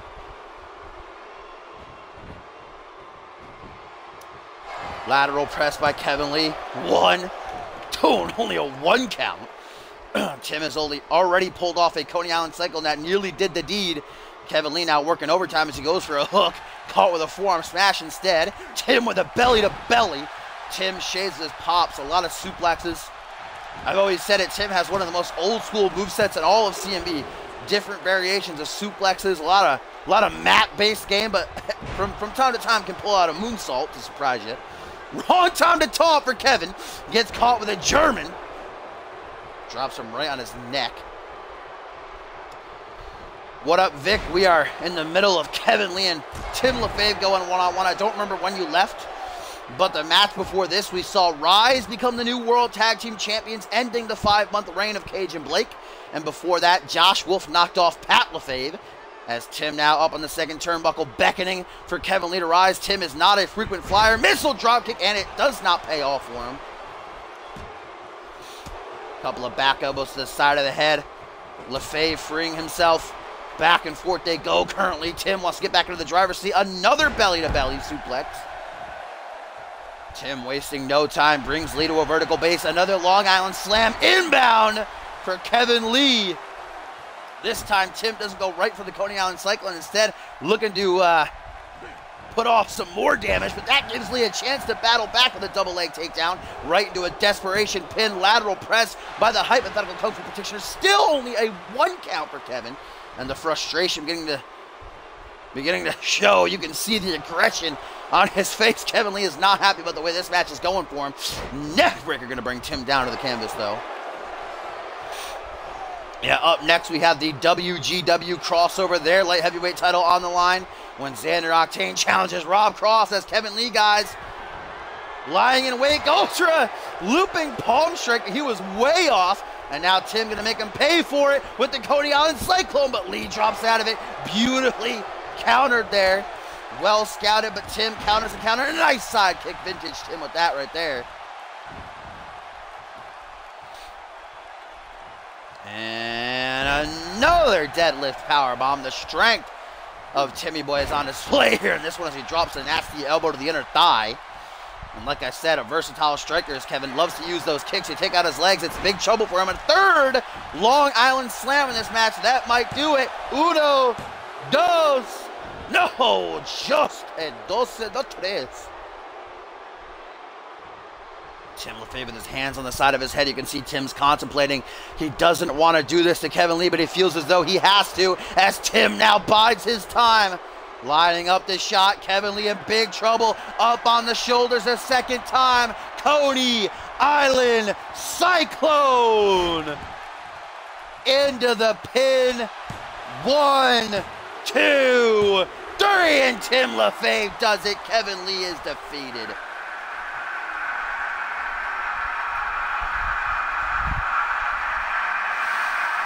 Kevin Lee, tried as he may, good match, but Tim LaFave, man, he was not taking the L. But we heard from Tim before the match, he extended the offer. Will Kevin Lee embrace him once again? Will they put this all behind them, or will Kevin continue to be on this path of destruction, this hatred towards Tim? If you ask me, after suffering a loss on pay-per-view, I can't imagine Kevin Lee is going to be too friendly towards Tim. But either way, LaFave is victorious, ladies and gentlemen. Hopefully this will finally mean that Tim can move on with his career. Finally done with his father. Finally done with Kevin.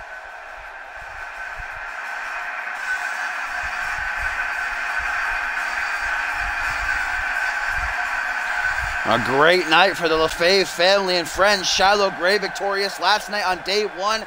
Josh Wolf victorious earlier tonight. And now Tim with the win. We'll have to wait and see how things are going forward. As up next, guys, WGW going to invade CMV as we get their crossover match.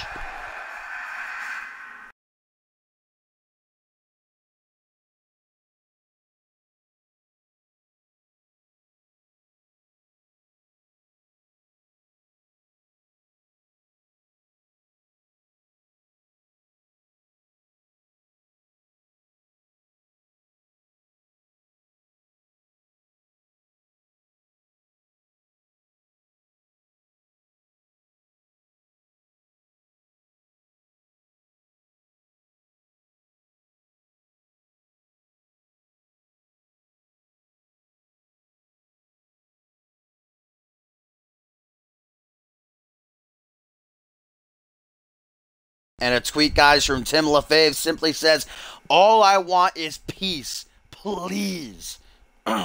Almost pleading at this point is Tim to just finally end things. But this is it, guys. CMV takes a break for the night as WGW going to take to the ring.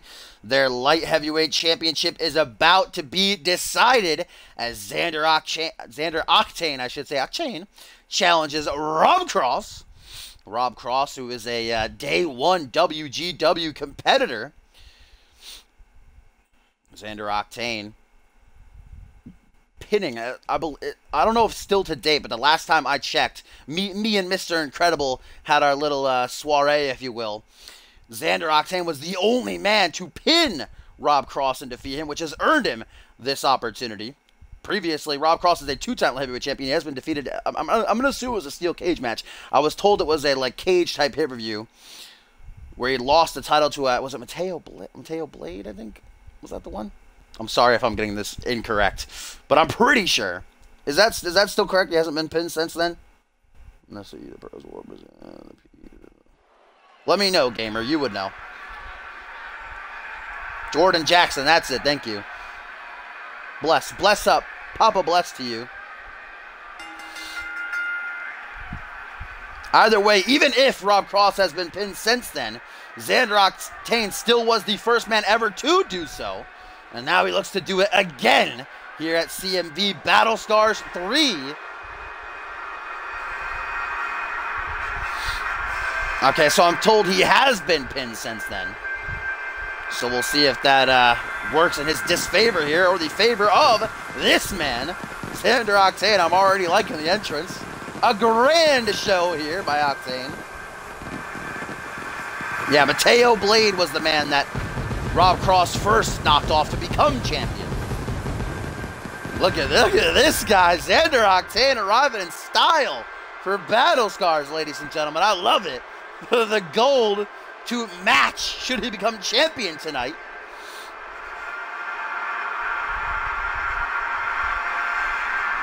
Xander Octane earlier today said when he first arrived, he was kind of taken aback by, the big locker rooms, the catering, everybody. This is definitely a big stage for Xander Octane, a chance to show himself to a new audience. Same for Rob Cross, though. Gotta get Xander Octane versus Adam Adams, Battle of the Pyro.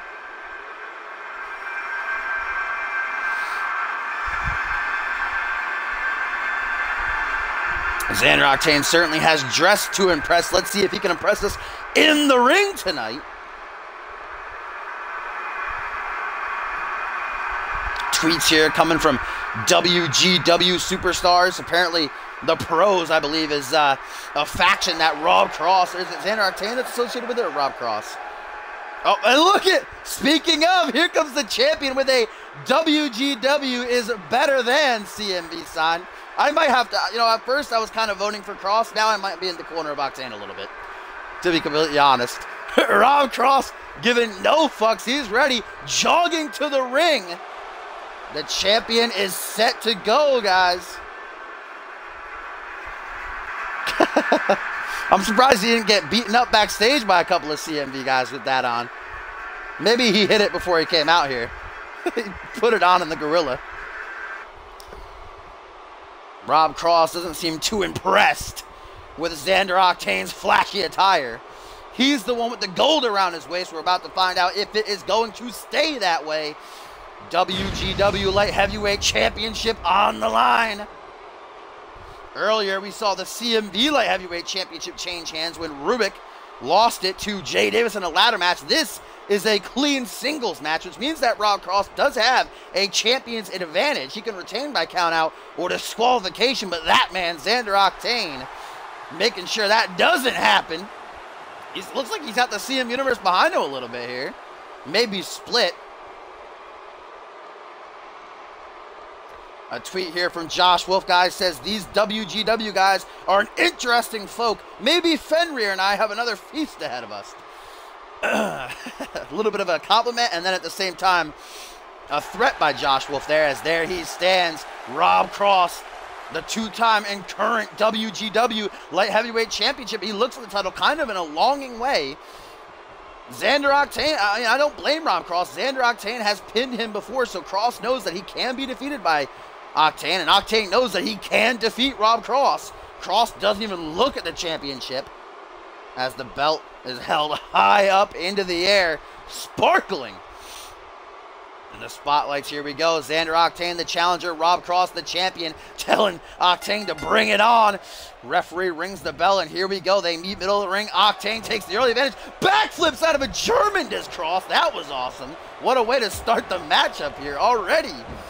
Getting the fans up on their feet. Octane tries to battle back quickly, gets an arm drag, and now an arm wrench. Gets down, targets the arm. And I don't know a crazy amount about these two. So targeting the arm, I'm not too sure if Cross has maybe a submission maneuver targeting the arm. What's Cross gonna try to throw? My God, what a DDT. This match might be over already. No, Octane no-sells like a pro as he bounces back up to his feet. Charging Cross, planting him with a Luthez, and now look at that, raining down right after right after right. Looking for blood. As now he locks in a submission, dragging Sleeper here away from the ropes. Rob Cross gonna have to try to escape on his own, or he's gonna have to tap early on. Nope, nice snap there. Gonna throw Octane overhead. You know, one man named Xander has already competed at Battle Scars yesterday. During day one, he lost his championship. Xander slate to 10L. Let's see if Octane can win him a championship. Right into the security wall. And then a back suplex. No, almost backflips into the crowd to Xander. Now a drive-by kick. Boot right to the side of the head.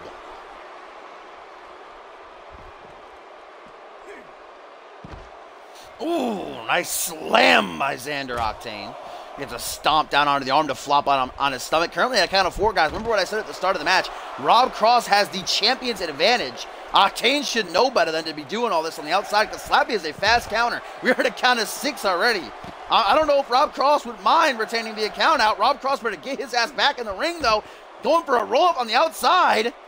Oh, my God. Sit out powerbomb. Guys, we're going to get to the count of 8 here. I'm kind of worried a little bit. If this goes to count out, we're going to have to get a restart. We don't want this. Yeah, it's going to go to a count out. We're going to have to restart things. Oh, maybe Cross skip. No, he's not going to make it. Octane! We're going to have to restart this match, though. Octane's like, oh, but wait a minute. I can't win the championship that way. We're not going to allow that on pay-per-view. WGW's first crossover. What was Xander Octane thinking? He slides back into the ring. I won! Oh, but wait a minute. No, Mr. Incredible just came out here. He said, restart this match. It ain't ending like that. It ain't ending like that on pay-per-view.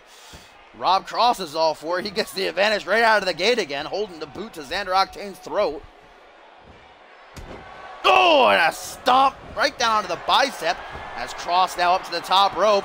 He's retained already once tonight, technically. Can he do it again? Don't pay attention to Tomcat. He's our resident troll member, if you will. He plays the trombone, though. That's why we keep him around. Jawbreaker by Xander Octane. Octane technically has already beaten Cross here tonight, but it was by countout. Can't win the championship that way. We don't want our first crossover going down like that, so an arm drag by Rob Cross going to put Xander down on one knee. Let's hope the action stays in the ring this time. Irish whip. Xander off the ropes, going to rebound right into a little front. I don't even know what the hell to call that. It was like just a plain front flip. Right at him.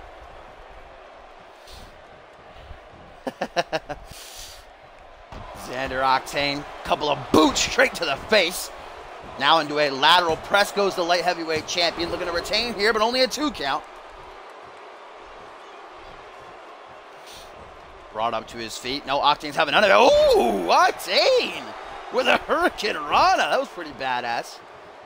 Both these men showing some pretty nice agility. We saw at the top of the match, Rob Cross backflipped out of a suplex. Look at that. Discus ya puncha by Xander Octane, who now goes for the head. That seems to be his target. Hurricane Rana now by Cross. Going to show Xander Octane how it's done. As the champion now looking for another pin. This is a great strategy in a matchup. Frequent pins early on. Make your opponent exert their energy. Wear them down. Little bit by little bit. kick to the chest. Octane back to his seat. Octane really not faring so well this time around since the match restarted. Running sit-out powerbomb by the light heavyweight champion. Rob Cross been firmly in control over the challenger. That's how he taunts in the corner like, what's going on, man? This ain't no thing but a chicken wing. Punch to the top of the head. CMV stands for Community Universe Mode, but obviously you can probably work out in your head why that wouldn't work out. It would come out to come. So we called it CMV instead. We get a sit-out powerbomb out of the schoolboy by Octane. Octane, oh, springboard crossbody connects. Doing some damage to the lower spine there. Moves out of the way, catches an Irish whip though. Oh, Xander Octane gonna take the fight to the outside again. No, what is he doing here? Punch to the chest. Oh, hang! Ooh, what a... Look at that, Cross goes limp off of that DDT.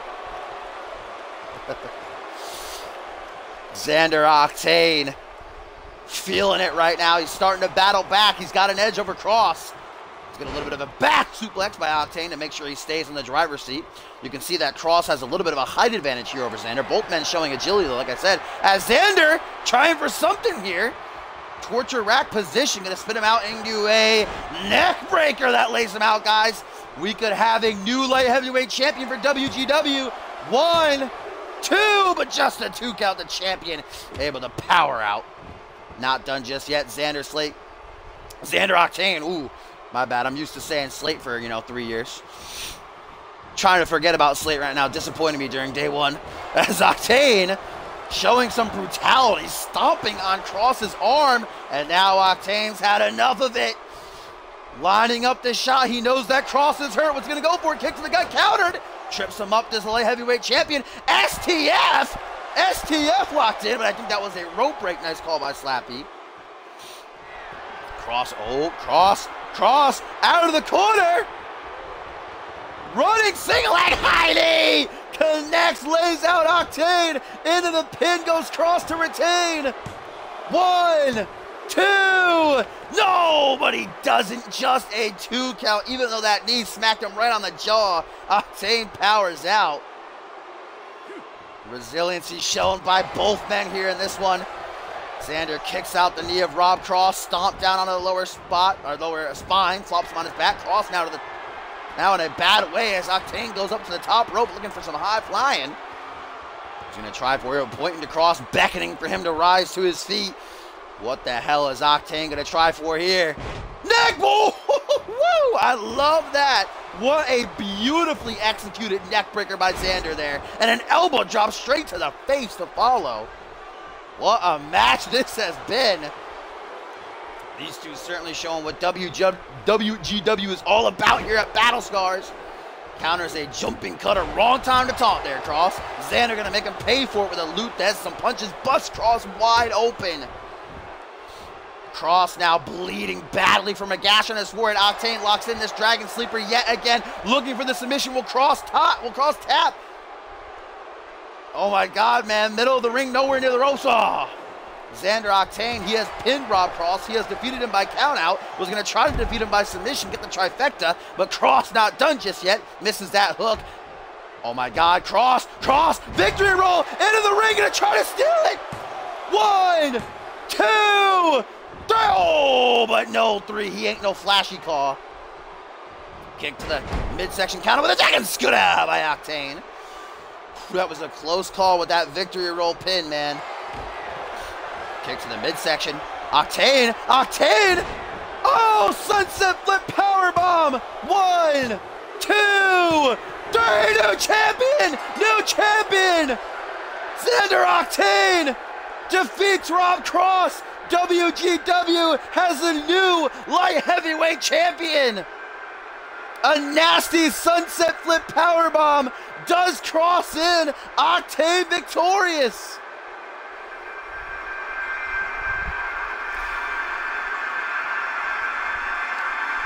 It just seems to be that Xander Octane has Rob Cross's number, knocks him off this time with the title on the line. Octane, ladies and gentlemen, with that right there, sunset flip powerbomb, the last call certainly is for Cross. New champion for WGW. What a match, man. Xander Octane does it, ladies and gentlemen.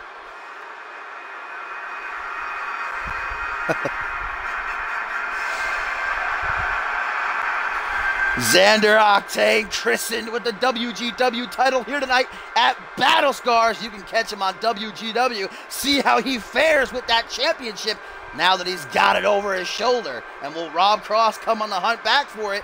We'll have to check them out to find out, ladies and gentlemen.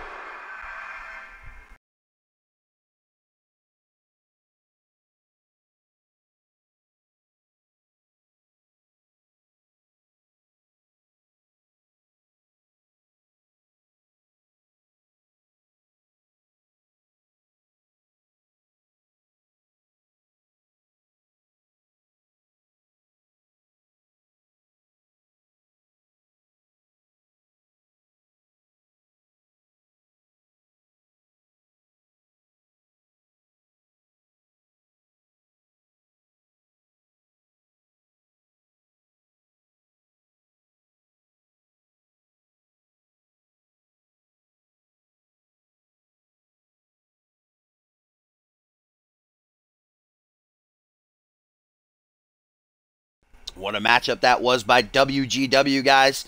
3 title matches tonight, and 3 titles have changed hands, even one that isn't even ours. As up next, we have more championship action hitting the ring. As Cop would say, the Terusha Birdie. Matchup of the evening, third to last. Over 1,000 pounds of mass going to be in that ring right now. Bison, Duo Maxwell, and the champion Guri Sukhanov head-to-head with the International Championship on the line.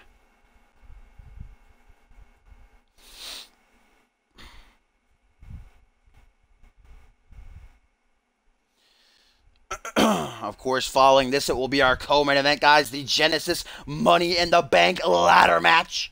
Mark Intel, Victor Romero, Usho Takedo, MLP, John Reed, and Pierre Thompson. And then, of course, our main event, Alpha World Championship, will be decided when Ryan Kent defends against Cole Savage.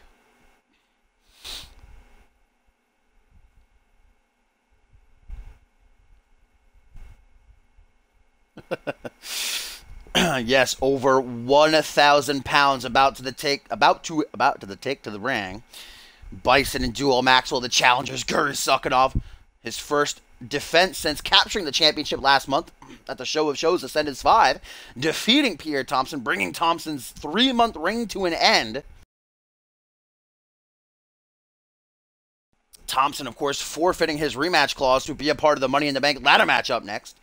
And it was just a couple of nights ago on Genesis, the Go Home edition, that Bison challenged both Duo Maxwell and Guri Sukhanov to a handicap match. Unfortunately for him, it didn't really go the way he wanted it to, as Duo Maxwell beat the holy hell. Guri hardly did anything in the match. Let's point that out. It was pretty much just Duo finally getting one over Bison. And the reason that Bison even issued that challenge is the week prior, he was supposed to challenge Guri one-on-one for the championship, but Duo Maxwell attacked him backstage brutally, beating the hell out of him. This all stems back to the very start of the season. Bison and Duo Maxwell once upon a time were the World Tag Team Champions, known as the Empire of Pain. But Bison would attack Duo Maxwell, costing him 7 months of his career. Duo would return, the two would fight at Ascendance with Bison going over. But Duo Maxwell since then, guys, just has not let Bison continue on. Everywhere that Bison is, Duo's there to meet him, attacking him after matches backstage, in the ring, beating the hell out of him. So finally, Dave Turner really had no choice but to throw Duo into this match to make it a triple threat, as here comes a former 2-time international champion, the OG monster of CMV, Season 1 veteran, the one, the only Bison, who, if is victorious tonight, will set the record, becoming a 3-time international champion, the most of any person in CMV history, most reigns.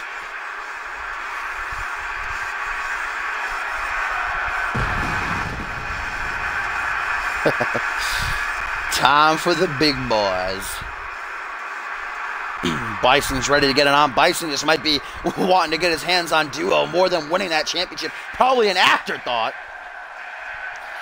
As now here comes the God of Death, the 7'4" Duo Maxwell, who, as always, live on pay-per-view, pays homage to his favorite comic book villain in Bane. Duo Maxwell, a CMV veteran as well, a former world champion, Royal Rumble winner. Duo makes his way down the ramp. He's a very tall man, but also very slender, which makes him agile as well as incredibly strong. Dangerous combination.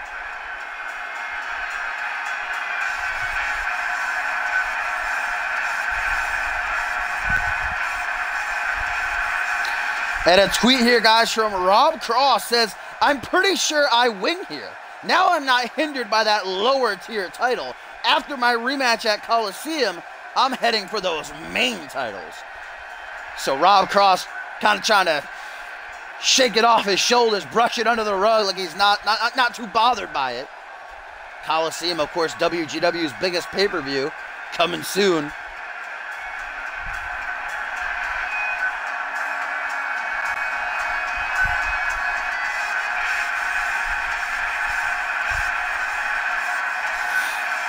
See ya, AJ. Thanks for stopping by.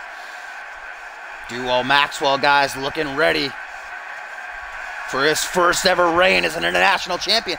Duo Maxwell actually has competed for the international title on multiple occasions. In fact, he's competed in a triple threat match before for the international championship. It was at the first annual Regicide that he, along with Ringo Max, challenged then champion Jackson Jordan, never forget, the greatest of all time.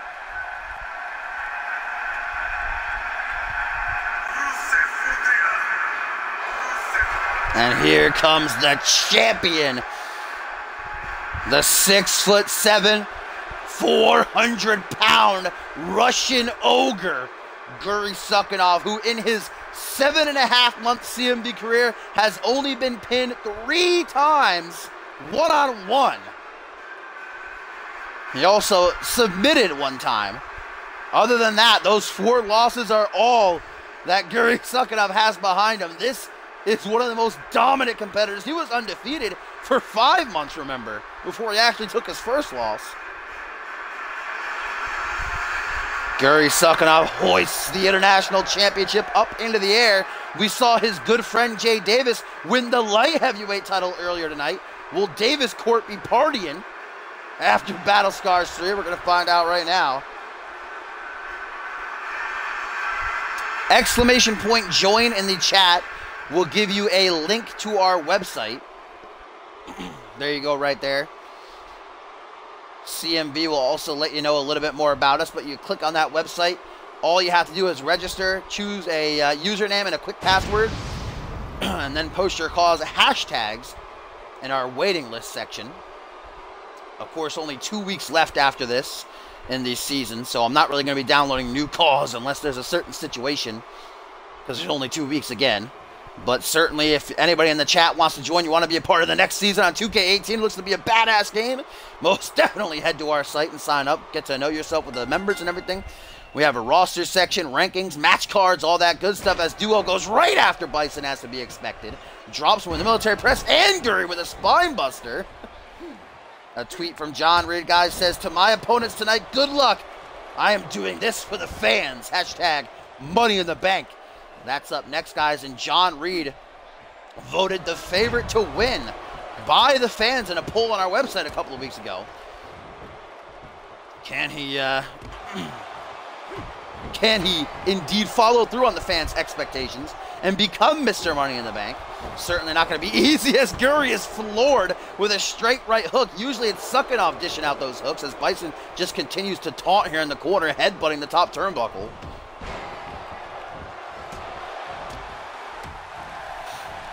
Over 1,000 pounds in that ring currently, ladies and gentlemen. And I don't think I've ever seen a situation where Bison is the smallest man, but he is in this scenario. Guri only has an inch or 2 over him, but of course, Duo Maxwell standing 7'4", towers over both of these men. Duo currently going to go take a nap on the outside while Guri and Bison now go at it. And Guri has defeated Bison in one-on-one action before, back at Homecoming. Bison counters a slam attempt into a wicked DDT.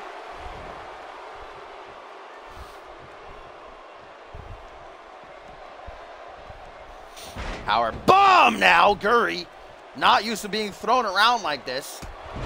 Certainly likes to be the bigger man in a matchup, but here he's kind of evenly matched, if not dwarfed here, certainly by Maxwell, who Irish whips him into the corner, coming up from behind, gets an elbow right to the face, and then a clothesline bulldozing over him.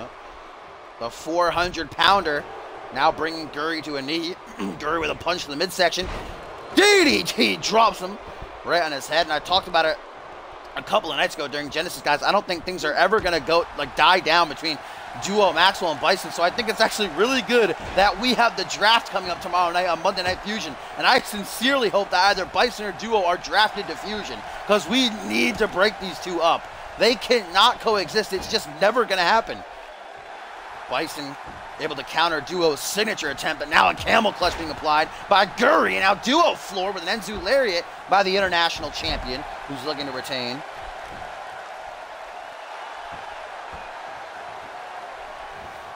Kick to the chest, grabs the leg, as Bison Dragonskura big time. Dragonskura, a hefty sized big boy. All these men thick in here, some thick boys. Guri sucking off, counters a powerbomb attempt, maybe even a Bison bomb attempt. Cracks his neck, does Bison, doesn't see that Duo's back in the ring. Duo completely ignoring the Barbarian, though, going right for the international champion. Remember, if Bison wins here, he will set the record for most reigns as international champion with 3. If Duo wins, it'll be his first reign as international champion. If Guri wins, oh my God, 400 pounds into the air and drop down into a spine buster. The god of death disposing of the champion, as now he and Bison left to go head to head. Bison knocking Duo off inside of the steel cage a couple weeks ago. The god of death with a muscle buster right on the neck. Gonna go for the pin, but Guri already back to his feet. Remember, triple threat, no disqualifications, no countouts. Guri knows that. Grabs a metal bat, but seemingly can't get back in the ring. There we go. Metal bat cracks right across the spine of Maxwell. Unfortunately, Guri does not see Duo coming, or rather Bison coming with a belly-to-belly. And that throws him overhead with ease, almost. Bison rolls out of the ring, needs to take a breather. First man to gain pinfall or submission in the ring will walk out of Battle Scars 3 as champion. Guri beating his chest like a gorilla. And that's certainly what he looks like. Bison on one knee, grabbing by the head and whipping him into the canvas with some intent behind it. Duo props back up, though. Back body drop right onto the metal bat. Guri falls.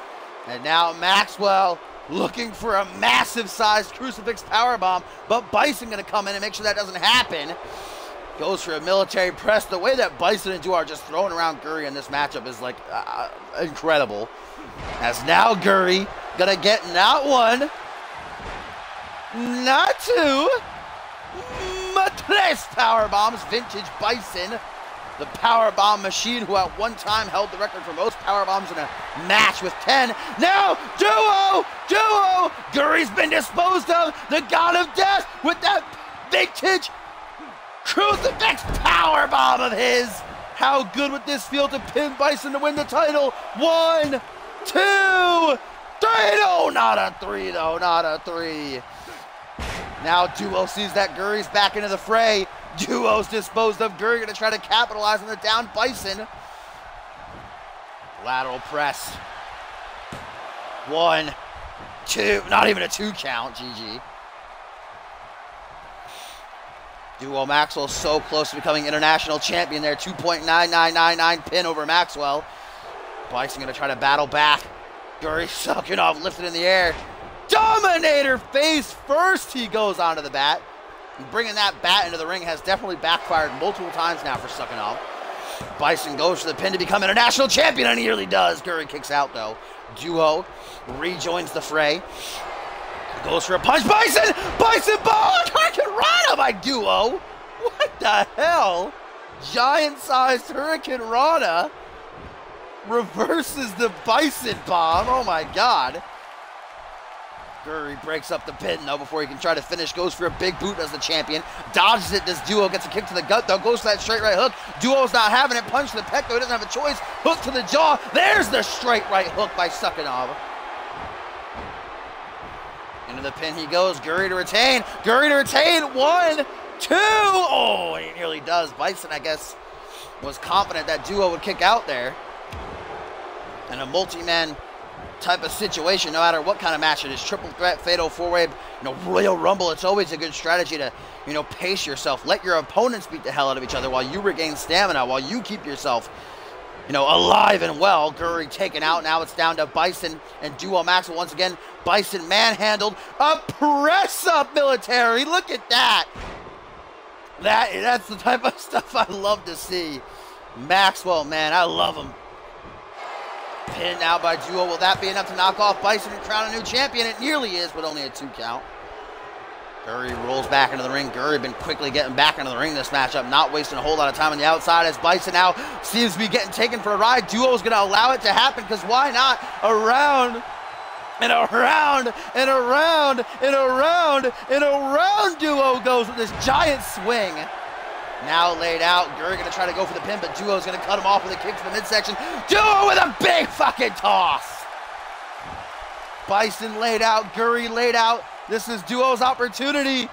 But Guri no sells with a back body drop. Bison beginning to stir, trying to pull himself back up to his feet. Clothesline by Duo, floors the champion.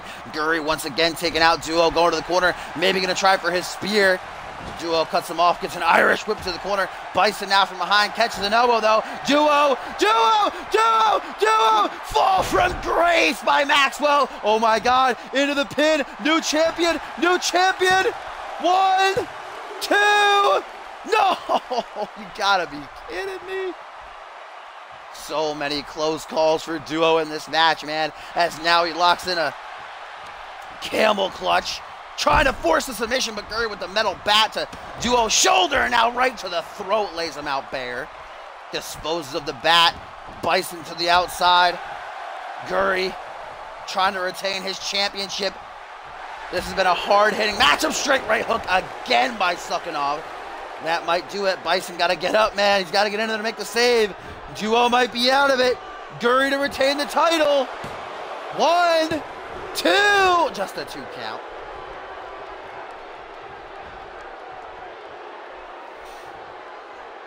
Now it looks like we're gonna boom.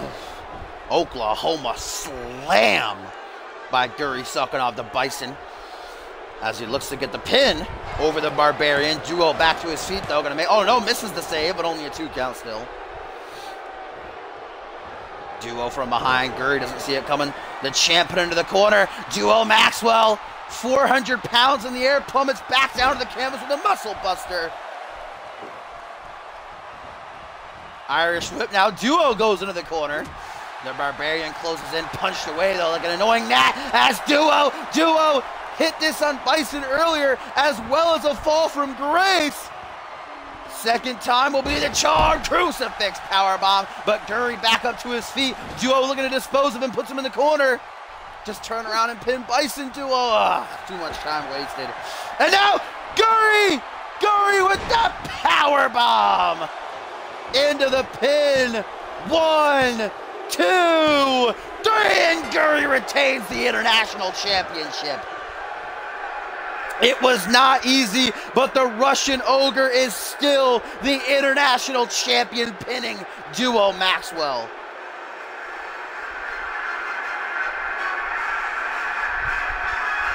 And finally, a championship retained here on day 2 of BATTL3SCARS 3.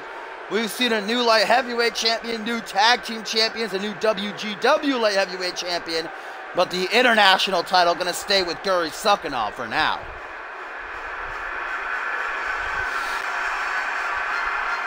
Now you're a member of the show, Quincy. You can check out our site, try to stay active on it. It's not necessary, but we have a roster page. We have weekly rankings, match cards, threads all the time being made by members. I would probably wait until 18 since there's only 2 weeks left in CMV, so I can't really establish a call in that time. But there's what did it. Guri Sukhanov with that devastating powerbomb of his keeps him as the reigning international champion. Who's going to stop the Russian Ogre?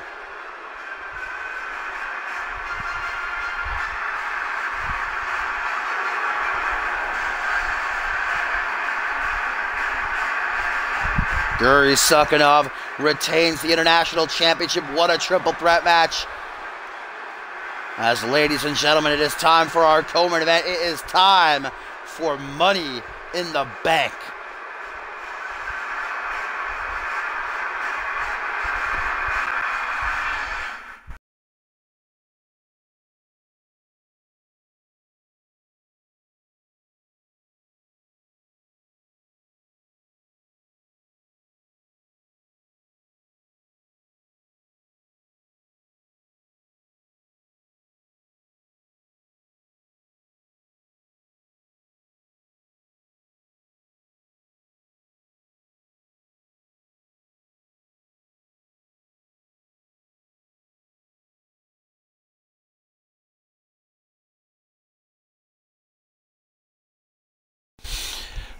Okay, guys, here we go. Co-main event here.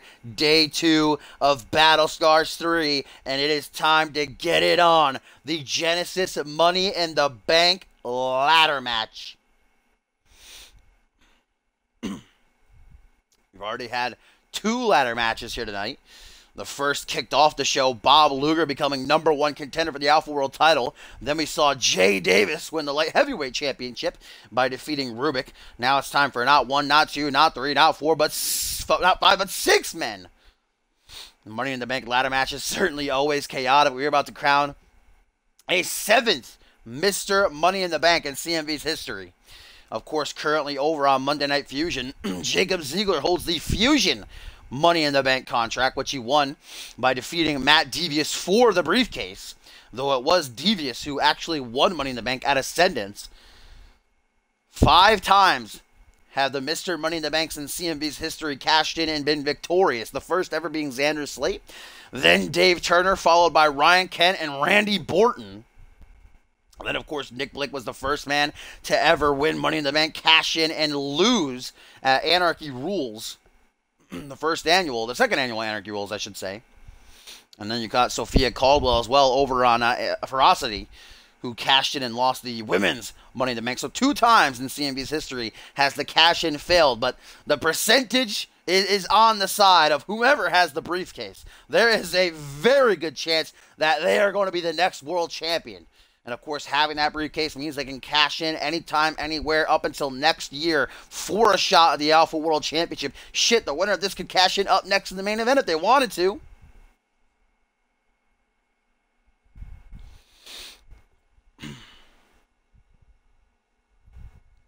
But I've been talking about all month long what a unique lineup this is. So many different styles represented. You got the powerhouses and Mark Intel and Victor Romero, who just through and through love their power moves, slams, power bombs. Then you got someone like Ushio Takeda, who is a versatile striker, which I've also touched on. I don't know if that's going to help him too much. I mean, maybe he can knock out his opponents to keep them from climbing the ladder, but Ushio Takeda is kind of a dark horse here. I'm not too sure. I can't get a real read on him. Then you've got MLP, man, who's been on a hot streak just about 10 miles long. Has won 12 of his last 13 matches. He did take the loss a couple of nights ago on Genesis in that 6-man tag, but he wasn't the one pinned. It was Pierre Thompson who was pinned by Mark Intel. Other than that, man, the NGW alumni, he's my personal favorite and a lot in the CMV universe to win. But John Reed, via that poll on the website a couple of weeks ago, which asked who the CMV universe thinks is going to win, John Reed, by a landslide, got the most votes. MLP came in second, but John Reed, man, he's got the support of the fans. And Reed's certainly very well-rounded. He's got the agility. He's got the wrestling game. And then, of course, there's Pierre Thompson, who a powerhouse along with the speed, really one of a kind, is the big dog. Only one of these guys can climb the ladder and yank down that briefcase, though. And it's not going to be easy.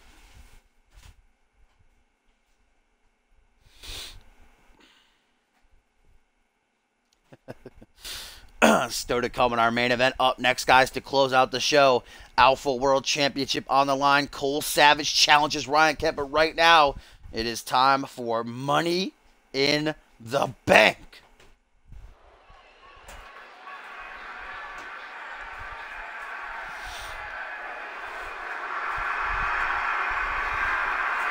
And out first, it is going to be the ominous Big Red Machine of course, donned up in his Freddy tribute attire. Bringing the nightmare to life here. Marcantel has never competed in a ladder match in his career before. In fact, none of these 6 men have ever competed in a Money in the Bank ladder match. Besides Marcantel, who's a CMV veteran, 3 years in the company, all the others are new. Besides, well, he's definitely the veteran. You've got Victor Romero, who's new this season, been in CMV about 4 or 5 months. Ushio Takedo, same can be said about him, and MLP as well. You got John Reed, who's been here about 1.5 years, and then, of course, Pierre Thompson, been here just a little bit over 1 year. But Marcantel is the only one out of these 6 who's ever come close to a world championship.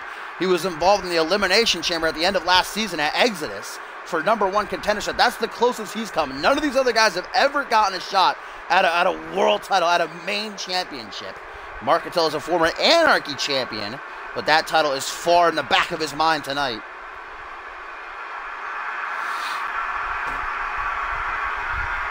Marcantel and Victor Romero, the man who's about to come out here, have had a bit of a partnership these past couple of weeks. They knocked off Jay Davis and Rubik in tag action, and they also got the win in that 6-man match a couple of days ago on Genesis. So let's see if they work together here in this one. I'd say, yeah, probably just about 3 years Tim has been in CMV. And here he comes, the biggest man in this matchup, standing 7'4". And I've talked about how probably 2 steps up the ladder, he'll have his hands in the briefcase. So really got to watch out for him in this one. But also, as a bigger man, his stamina is not so good. So he's probably going to wear himself out early on, and that does not bode well. Romero, a former Rising Star champion.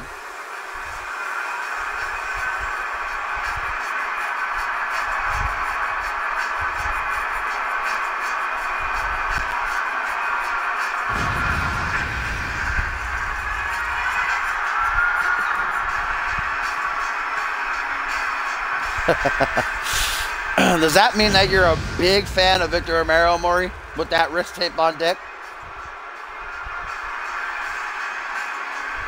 Or not wrist tape, bracelets even. You got that bracelet game going on, does Romero. The Antichrist looking to become Mr. Money in the Bank.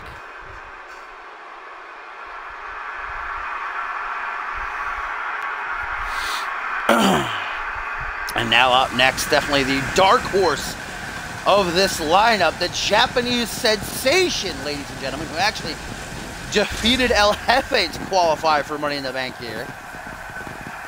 Ushio Takedo, been very dangerous since returning at the top of the month.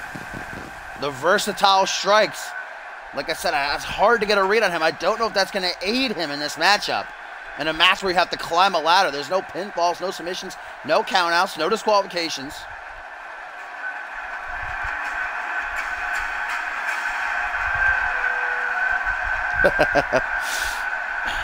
Ushio, it has been one hell of a night for Davis Incorporated. Jay winning the light heavyweight title, Guri just retaining the international title. And although Ushio's kind of been on bad terms with Davis as of late, see if he can still keep up the trend and be victorious. I've heard a lot of murmurs in the CM universe that they do not want Ushio winning. He's probably the least favorite out of this bunch that the fans want to see win. So he wants to win just to spite him.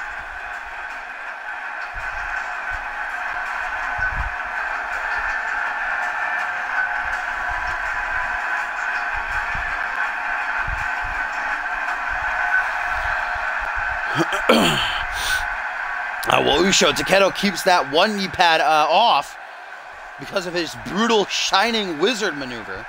Plants that bare knee right to the side of his opponent's heads. As now here comes the on fire NGW alumni MLP Michael Lee Pratt. The fans behind him split between he and Reed. 12 of his last 13 matches MLP has been victorious in, and that loss he took a couple of nights ago, he wasn't even the one pinned. He's beaten John Reed, He's beaten Pierre Thompson, 2 of the men in this matchup, along with a slew of others.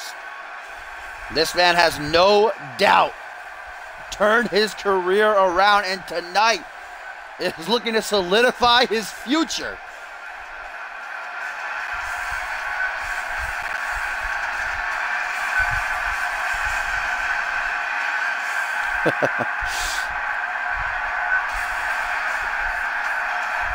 Like I said, I'm a little bit biased. MLP, my favorite to win here. I'm impressed by this kid.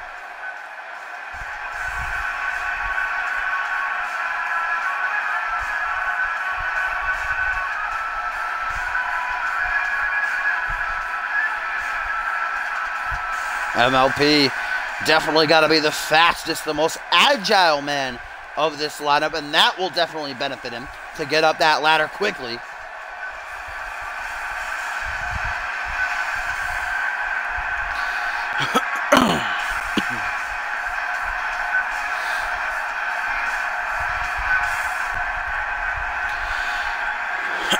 Now up next, guys, the fan favorite, voted so, to win this Money in the Bank ladder match, the fallen angel, John Reed.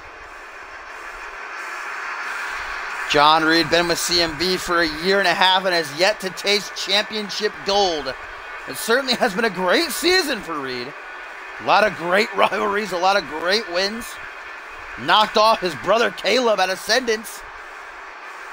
Hasn't been a great month for him, though. He lost that triple threat with MLP and Pierre Thompson, and he lost one-on-one to MLP last week.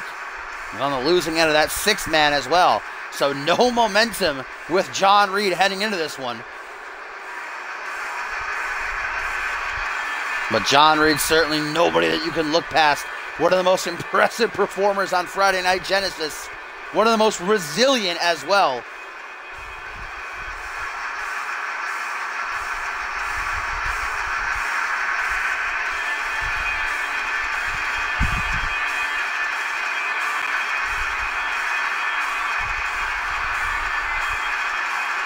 John Reed ready to go here in his Punisher attire. Looking to punish his opponents. He wished them good luck earlier tonight. Says that he's doing this for the fans. As last but most certainly not least, ladies and gentlemen, we await the arrival of Primetime, the big dog, the one, the only, Pierre Thompson. The former international champion. Maybe not a fan favorite to win, but through and through has to be a favorite. Thompson brings the size, the strength, the speed, the complete and total package. 3 months he reigned as international champion, losing the title at Ascendance. He forfeited his rematch to be a part of Money in the Bank because he realizes that winning that briefcase will mean that he gets a shot at the Alpha World Championship.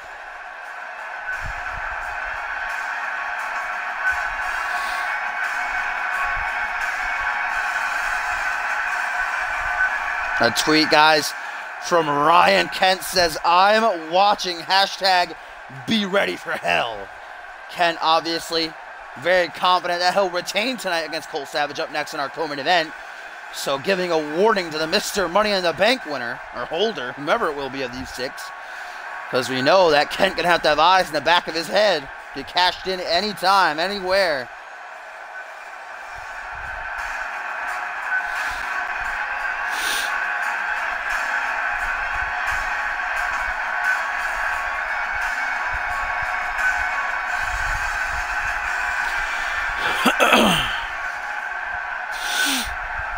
Alright, here we go, my friends. Marcantel, MLP, Victor Romero, Ushio Takedo, John Reed, and Pierre Thompson. The bell rings, and it is time to get it on. The first man to climb the ladder and unhook the briefcase will be named Mr. Money in the Bank, the 7th in CMV's history. As Pierre Thompson going to take the fight to Marcantel on the outside. It's been a great month for Marcantel. Like I said here, Romero have had a bit of an alliance that's worked well for them. They knocked off Jay Davis and Rubik in tag action and won that 6-man a couple of days ago. Been a great month for Ushio as well, who defeated El Jefe to qualify, whereas Victor Romero defeated Caden Kidder to qualify. Pierre Thompson, much like John Reed, has had a horrible month. Along with that loss in the triple threat, and a couple of nights ago, he also took a defeat at the hands of Bison at the top of the month. Pierre Thompson, Marcantel beating the hell out of each other on the outside as Ushio takes it to MLP. We've already had a ladder introduced as Victor Romero with a short arm clothesline to John Reed takes him down. MLP rolls out of the ring, already taking a lot of damage as Ushio Takeda, the first man to have a ladder in hand. Gonna try to set it up here. Ushio Takeda, the least favorite to win, might have it done already. Romero busy playing with John Reed. These press-ups in the military. Ushio Takeda has his hands in the briefcase. Pierre sees that, rushes back in to stop, and Romero finally realizes to stop playing around. As Ushio pushed off the ladder by the Antichrist, now MLP being taken by Romero. Back elbow though. The on-fire NGW alumni looking to fight the big man. Meanwhile, Martel with an electric chair sit-out powerbomb to the big dog. John Reed to his feet on the outside, grabs that other ladder. Oh! Last ride, sit-out powerbomb by Romero to Michael there. John Reed back in the ring. Marcantel introduces a second ladder now. The Money in the Bank ladder match at Ascendance was most definitely chaotic as all hell. I'm sure this one will be no different. Ushio Takeda already almost won the matchup about 2 minutes in. Luckily, he was stopped as Marcantel goes for a crossbody against the Japanese sensation. Prime time with the play of the day. Meanwhile, John Reed lining up Romero, looking for the fall. And as that happens, we get a highlight to MLP by Thompson. That takes out Romero, that takes out MLP. Marcantel rolls to the outside. Pierre sets up the ladder middle of the ring. Not going to climb it though. Ushio is. Ushio completely focused on winning. As Thompson going to climb up to the top to meet him, punches him in the gut, again to the gut, again to the gut. MLP, with the help of John Reed, pushes both men off the top of the ladder. John Reed has MLP out in the apron. Now Reed going to fetch that ladder. Really no care for Pratt here, as Marcantel don't know what he's doing. Romero, the only man in the ring, trying to get back up to his feet, as is Pierre Thompson here, our co-main event. Battle Scars 3, Day 2, Money in the Bank on the line. Romero going for Marcantel. That partnership didn't last very long. Romero busted wide open. Marcantel using that hard plastic mask he's donning as a weapon. Paying tribute to his favorite villain. And Freddy. Or rather, Jason, I should say, not Freddy. Marcantel able to counter whatever Thompson was going for there. And now the big red machine shooting for that falling powerbomb. But Romero drops him face first on the turnbuckles with that military press face buster. Ushio and Pierre once again up top the ladder. Ushio fighting back against the big dog. Takeda here has the chance to be victorious. Misses a grapple. Pierre is going to make him pay for it. Both men going back and forth. Takeda misses the grapple again, eats a forearm, another forearm, another forearm. Ushio plummets down. Pierre, hands on the briefcase. Thompson. MLP rushes up to stop him. Marcantel looking to push both of them down, and he does. Ushio, man, multiple times he's come close. Pierre almost had it there. Marcantel sets up the ladder. It's he and John Reed alone in the ring. John Reed climbs the ladder. Marcantel going to go up to meet him. Reed, hands on the briefcase. The big red machine looking to stop him. Taking a long time, though. That's the downside of being a bigger man. You don't have a whole lot of stamina. That cardio game not on point. Ushio trying to push down the ladder. He can't, though. He's not strong enough. He's going to try again. Not quitting. Ushio trying to push. Trying his hardest, but he just can't. Let's see if Romero can do it. Nope, Romero can't do it either. Apparently, Marcantel's a fat fuck. He just can't be pushed off. Reed hammering away. Oh my God. Oh my God. John Reed. Reed, what are you doing? Gotta grab the briefcase, man. What? Oh, the briefcase is, can they grab it? Kind of like weirdly swinging. Now it's back into position, kind of. Oh, they're just going to stare at each other. Okay. I think the briefcase... Oh, no, the briefcase is back in the regular position. Okay. I thought it was glitched for a second. They're just going to stare at each other, though. Both men may be afraid of heights, not wanting to make a move. We saw this at Ascendance between Jake and Ziggler, and I forgot who else. They just stood atop the ladder. Someone's got to push him down, man. They are firmly locked in this war of gazes. Romero and Marcantel, the two bigger men, helping each other out to finally bring that to an end. Pierre Thompson skulking around the outside area, grabs a ladder. Marcantel looking to do the same, grabs him one. MLP, the only man in the ring, but he's off his feet. Pierre Thompson puts the ladder back in. Marcantel trying to. There we go, he does. Watch out, MLP. Pierre Thompson going to dispose of him, throws him to the outside of the ring. This gives Marcantel an opening to set up the ladder or try to attack Pierre Thompson, but again, that distance, we saw that at the top of the show. Bob Luger was trying to hit Sam Valentine that way, but he was having some trouble. Instead, a rib breaker to the Big Red Machine. Now Thompson going to set up the ladder here. And John Reed just unsets it. Wants it set up his way, the exact same way. Reed very picky, it seems, as he climbs the ladder. Reed has had his hands in the briefcase a couple of times in this matchup. Does it again, but MLP going to stop him. Hangs on. Drops down to Pierre's shoulders for an electric chair, though. Now Uso Takeda looking to capitalize. Reed laid out bare. Uso off the top rope. Ooh, with a fish drop, but he misses. Missed that fish drop pretty horribly. And now Mark is going to set up the ladder. Marcantel looking to climb. Guys, that briefcase, I think the next person who yanks on it might win. And that might be Marcantel. Big Mark. Big Mark. Oh, my God. Marcantel hands in the briefcase. Pierre going to try to stop him. Uso going to try to help out. John Reed looking to knock him off. Oh, there goes Marcantel. MLP. Pierre Thompson. Oh, back body dropped on the ladder. MLP was looking for the edge of glory. Counters and then floors Romero with the highlight. Powerbomb by Takeda to Thompson to keep the pressure on. Uso taking the ladder from the Fallen Angel. Drops it, though. Wanting to get his hands on John Reed, it seems, but that was a mistake as John Reed throws him over his shoulders. The fall. John Reed bringing the ladder up. He and Romero, the only men standing. Not scratch that. Marcantel back up finally. He's been out of the game for a while. As he slides back in to see Romero with the ladder in hand. Romero bleeding badly earlier from a headbutt at the hands of Marcantel. Romero taken to the apron.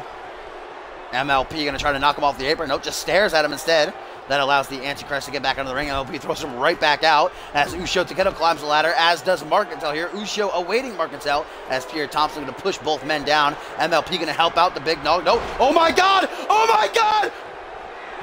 Attitude adjustment off the ladder. Holy shit. Marcantel and Uso's not even done. Attitude adjustment. And now Marcantel gonna take a tiger bomb. Marcantel just murdered. And now Uso alone in the ring. John Reed busy with MLP. Romero busy with Thompson. Uso has the briefcase in hand. Uso. Does he have it? No, he doesn't. He nearly did, but Reed soils it. And now powerbomb onto the ladder. Marcantel somehow getting up to his feet after taking that attitude adjustment off the ladder. And then a tiger bomb, but he's quickly put back down. Holy shit, and the lands, look at crotch. His crotch right in Uso's face. Pierre Thompson alone in the ring, guys. The big dog has the ladder in hand. All he has to do is set it up and climb it, but instead I don't know what he's doing. He's wasted a whole lot of time. There we go. Finally sets it up. John Reed slides back into the ring. Both men going to climb the ladder. Uso, Marcantel, MLP, Romero, all are down. John Reed getting hit with some hard forearm smashes. Reed tries to throw Pierre off the ladder. Pierre's not having it. MLP going to try to knock both men off. I don't know if he's going to be strong enough, though. There goes Pierre Thompson, which knocks out MLP. But, Romero ruins Reed's chances. And now Marcantel, I still don't know how the hell Marcantel is standing, dude. But everybody's down, and he is. As he grabs the ladder, this is Marcantel's biggest chance. Sets it up middle of the ring. The Big Red Machine, after plummeting off the ladder via attitude adjustment by Ushio, Marcantel has the briefcase in hand. Everybody rushing in to try to stop him. Can they in time? Yes, they can, and Reed takes the fall as well. MLP ducked to the outside. Ushio dropped with a military press. Pierre Thompson now has the ladder as Romero sets Ushio up for something I can assure you not going to be pretty. Meanwhile, Thompson climbs the ladder. Nobody currently up to stop him. Jackhammer inbound for Ushio. Reed going to try to stop Pierre. Pushes the ladder out. Pierre hangs on, but a power bomb by the Fallen Angel. Marcantel has the ladder in hand yet again, man. Marcantel has definitely taken the most damage in this matchup, but he's also had the most close calls. Don Reed knocking the ladder right out of his hands. Reed having none of that. Reed's busted open. I didn't even see when he got cut. Bleeding pretty badly from that gash on his forehead, though. Reed has the ladder, guys. Knocking Ushio off the apron. Pierre's going to go to try to finish the job off. Meanwhile, Reed alone in the ring. Reed climbs the ladder. Pierre realizes he can't let that happen. Oh my God, Reed. Oh, pushed off. Every time Reed has a chance, he immediately gets pushed off. MLP now sets up the ladder. MLP, I don't believe, has had the briefcase in hand yet. Everybody else in this match, I think, has tried to unhook it. MLP has not. Marcantel, wrong time to taunt, as MLP has the briefcase in hand. All he has to do is unlatch it, and MLP does! MLP is Mr. Money in the Bank! The hot streak continues! MLP is Mr. Money in the Bank! He actually did it! He actually did it! MLP! Sneaky! The sneaky little snake! Everybody had their backs turned. MLP shot up the ladder, quickly unhooked it before anybody even knew what was happening.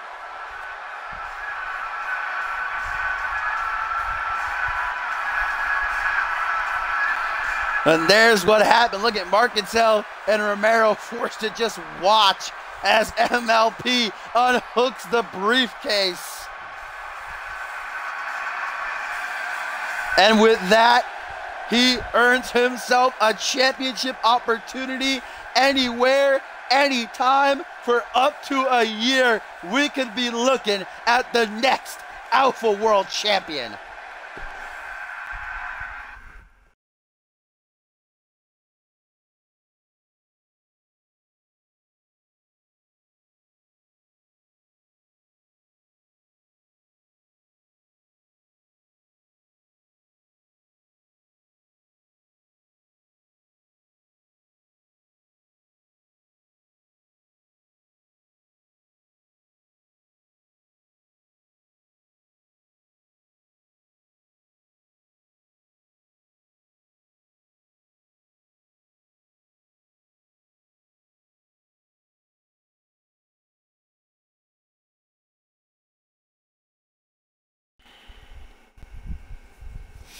And now, guys, it is time for our main event of the evening. Here, Battle Scars 3, Day 2. I certainly enjoyed Day 2 more than Day 1. Day 1 was fantastic, though. An amazing event overall. And now it is time to cap it off as the CMV Alpha World Championship is on the line. Ice Cold Savage challenges Ryan Kent for the gold. Now we know that MLP has Money in the Bank. Bob Luger earlier in the show was crowned #1 contender. There are a lot of people coming after that championship. So whoever walks out of Battle Scars here, they're going to have a big target on their back.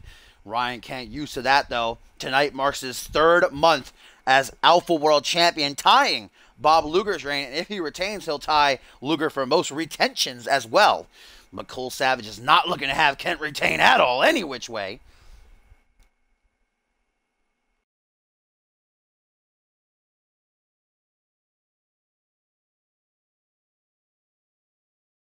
Cole Savage was at the top of the month following Ascendance, where he had, and still in my opinion, the greatest match of the event against Schmitty, but was defeated. Savage showed up on Genesis and announced that he was going to be returning to full-time competition on the Orange brand. And along with that, throwing down a challenge towards Ryan Kent for the title.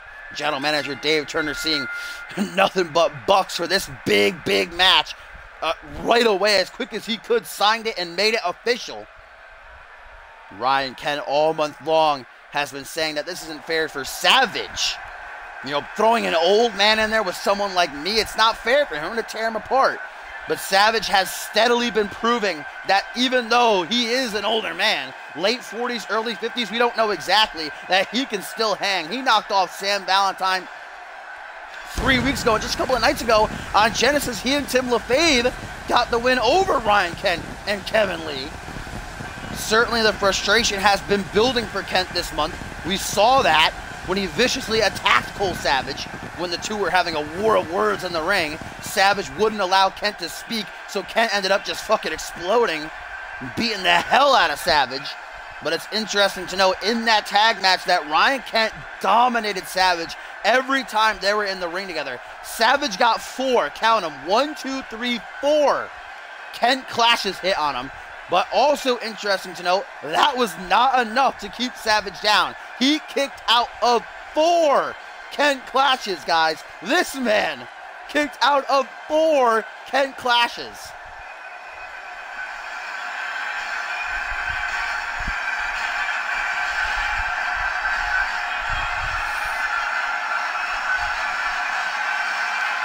A tweet from Bryce Hurt says, when your world challenger has to use Just for Men on the daily.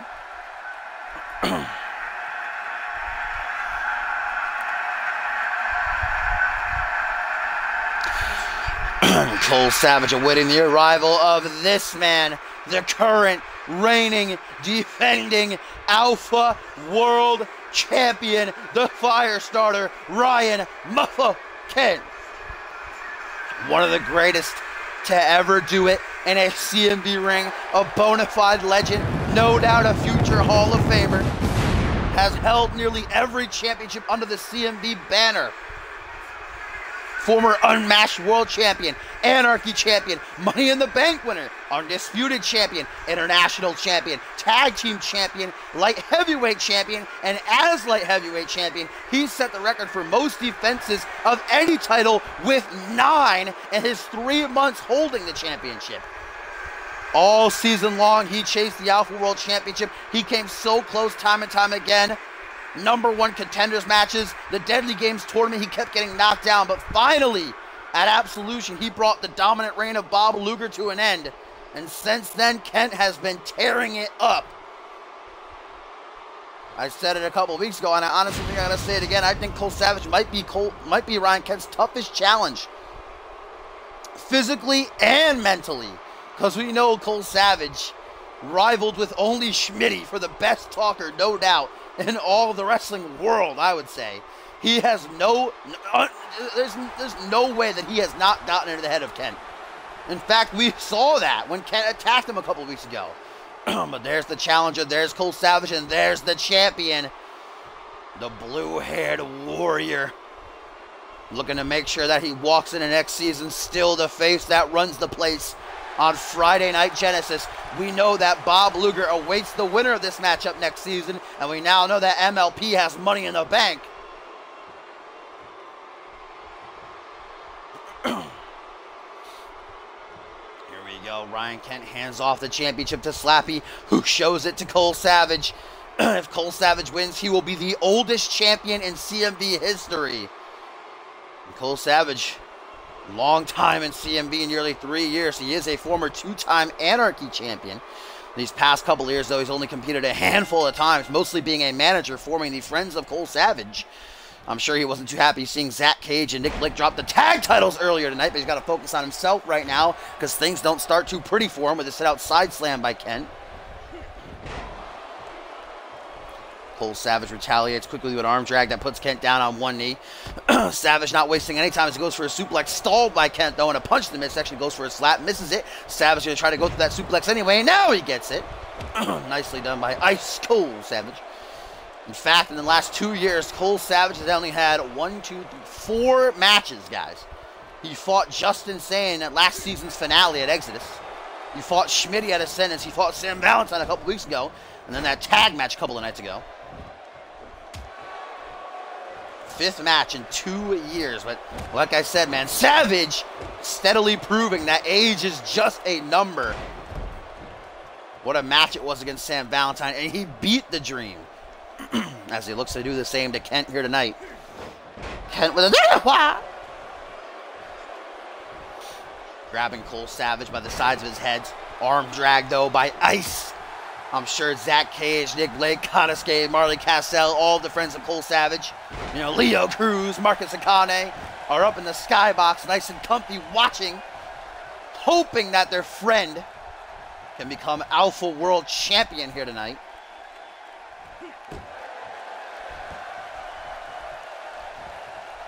And a tweet, guys, here from Pat LaFave, who says, I've had a lot of time to think about it. I even considered not meeting you after the show, but fine. Let's settle things, son. So Tim LaFave earlier, after Josh Wolf knocked off Pat LaFave, asked Pat to meet him after the show is over. And now Pat has just agreed. So a confrontation, hopefully the last, between father and son.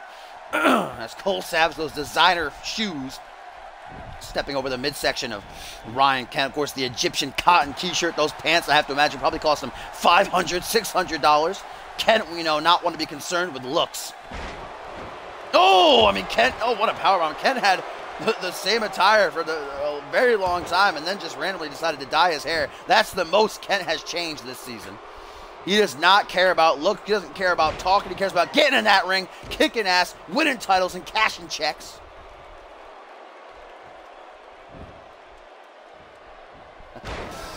Oh, and an elbow drop to the inner thigh by Cole Savage. We know Ice is going to be looking for that ice cold kick where he plants a boot right to the heart. Ryan Kent felt that last week. After Kent knocked off Tim LaFave in singles action, Savage would catch him from behind off guard.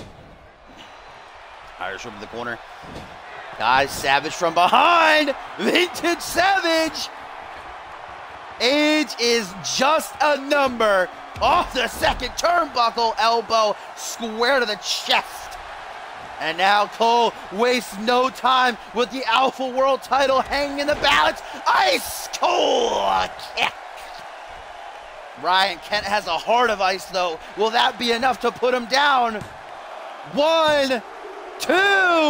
No, it is not. Kent survives, but for how long? Savage firmly in control right now, guys. Ryan Kent has got to be starting to sweat. Michinoku driver, vintage match ender in CMV. Kent not going to try to steal it with that, though. However, he is going to try to mount a comeback, trying to garner support from the fans when he doesn't get anything. Tells him to fuck off. Wheel kick after the European uppercut out of the front headlock. Cole Savage now dazed. Brought up to a vertical base. Ryan Kent floors him with a clothesline.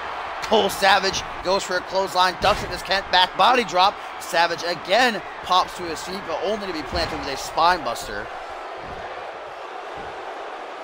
Kent rips his finger across his throat, calling for the end.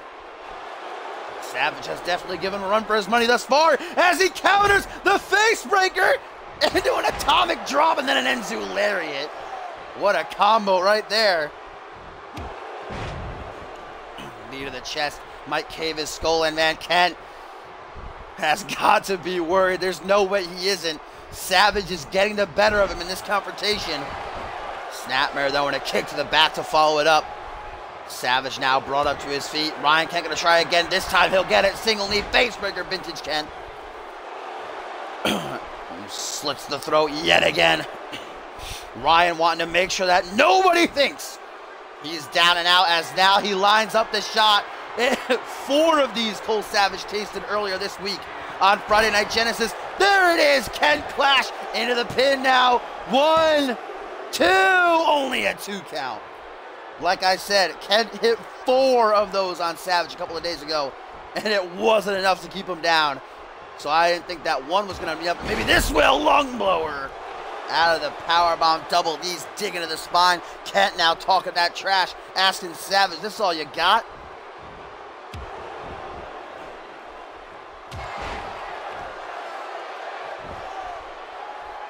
Ryan Kent stays in control for now. These past couple of minutes, he's been dominating. Savage has got to find an opening, like right there. Punch to the midsection, then a clothesline to take Kent off his feet. Now Savage brings him back up. Irish whip into the corner, perhaps looking for a second one of those elbow drops. Knife edge chop there.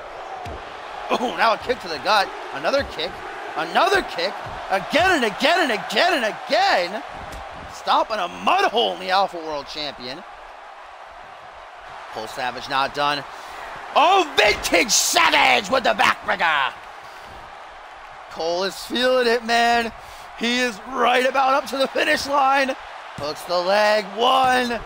Oh, Savage got it. Cole Savage. Oh my God.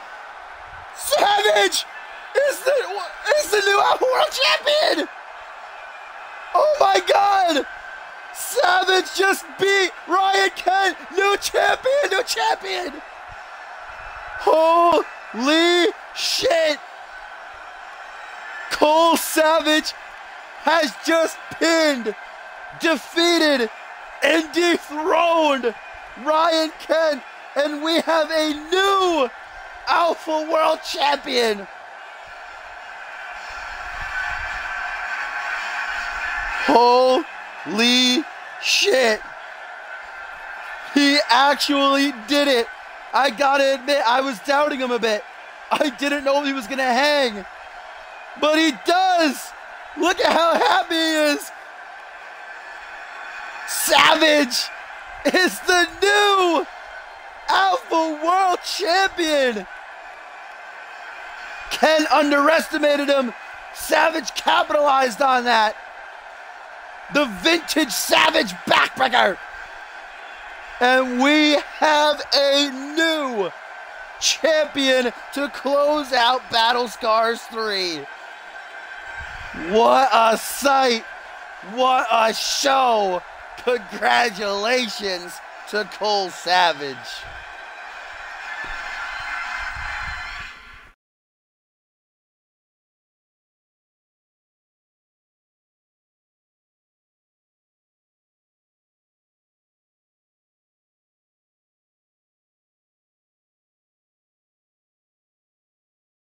And ladies and gentlemen, thank you so much for joining me. What a show that was.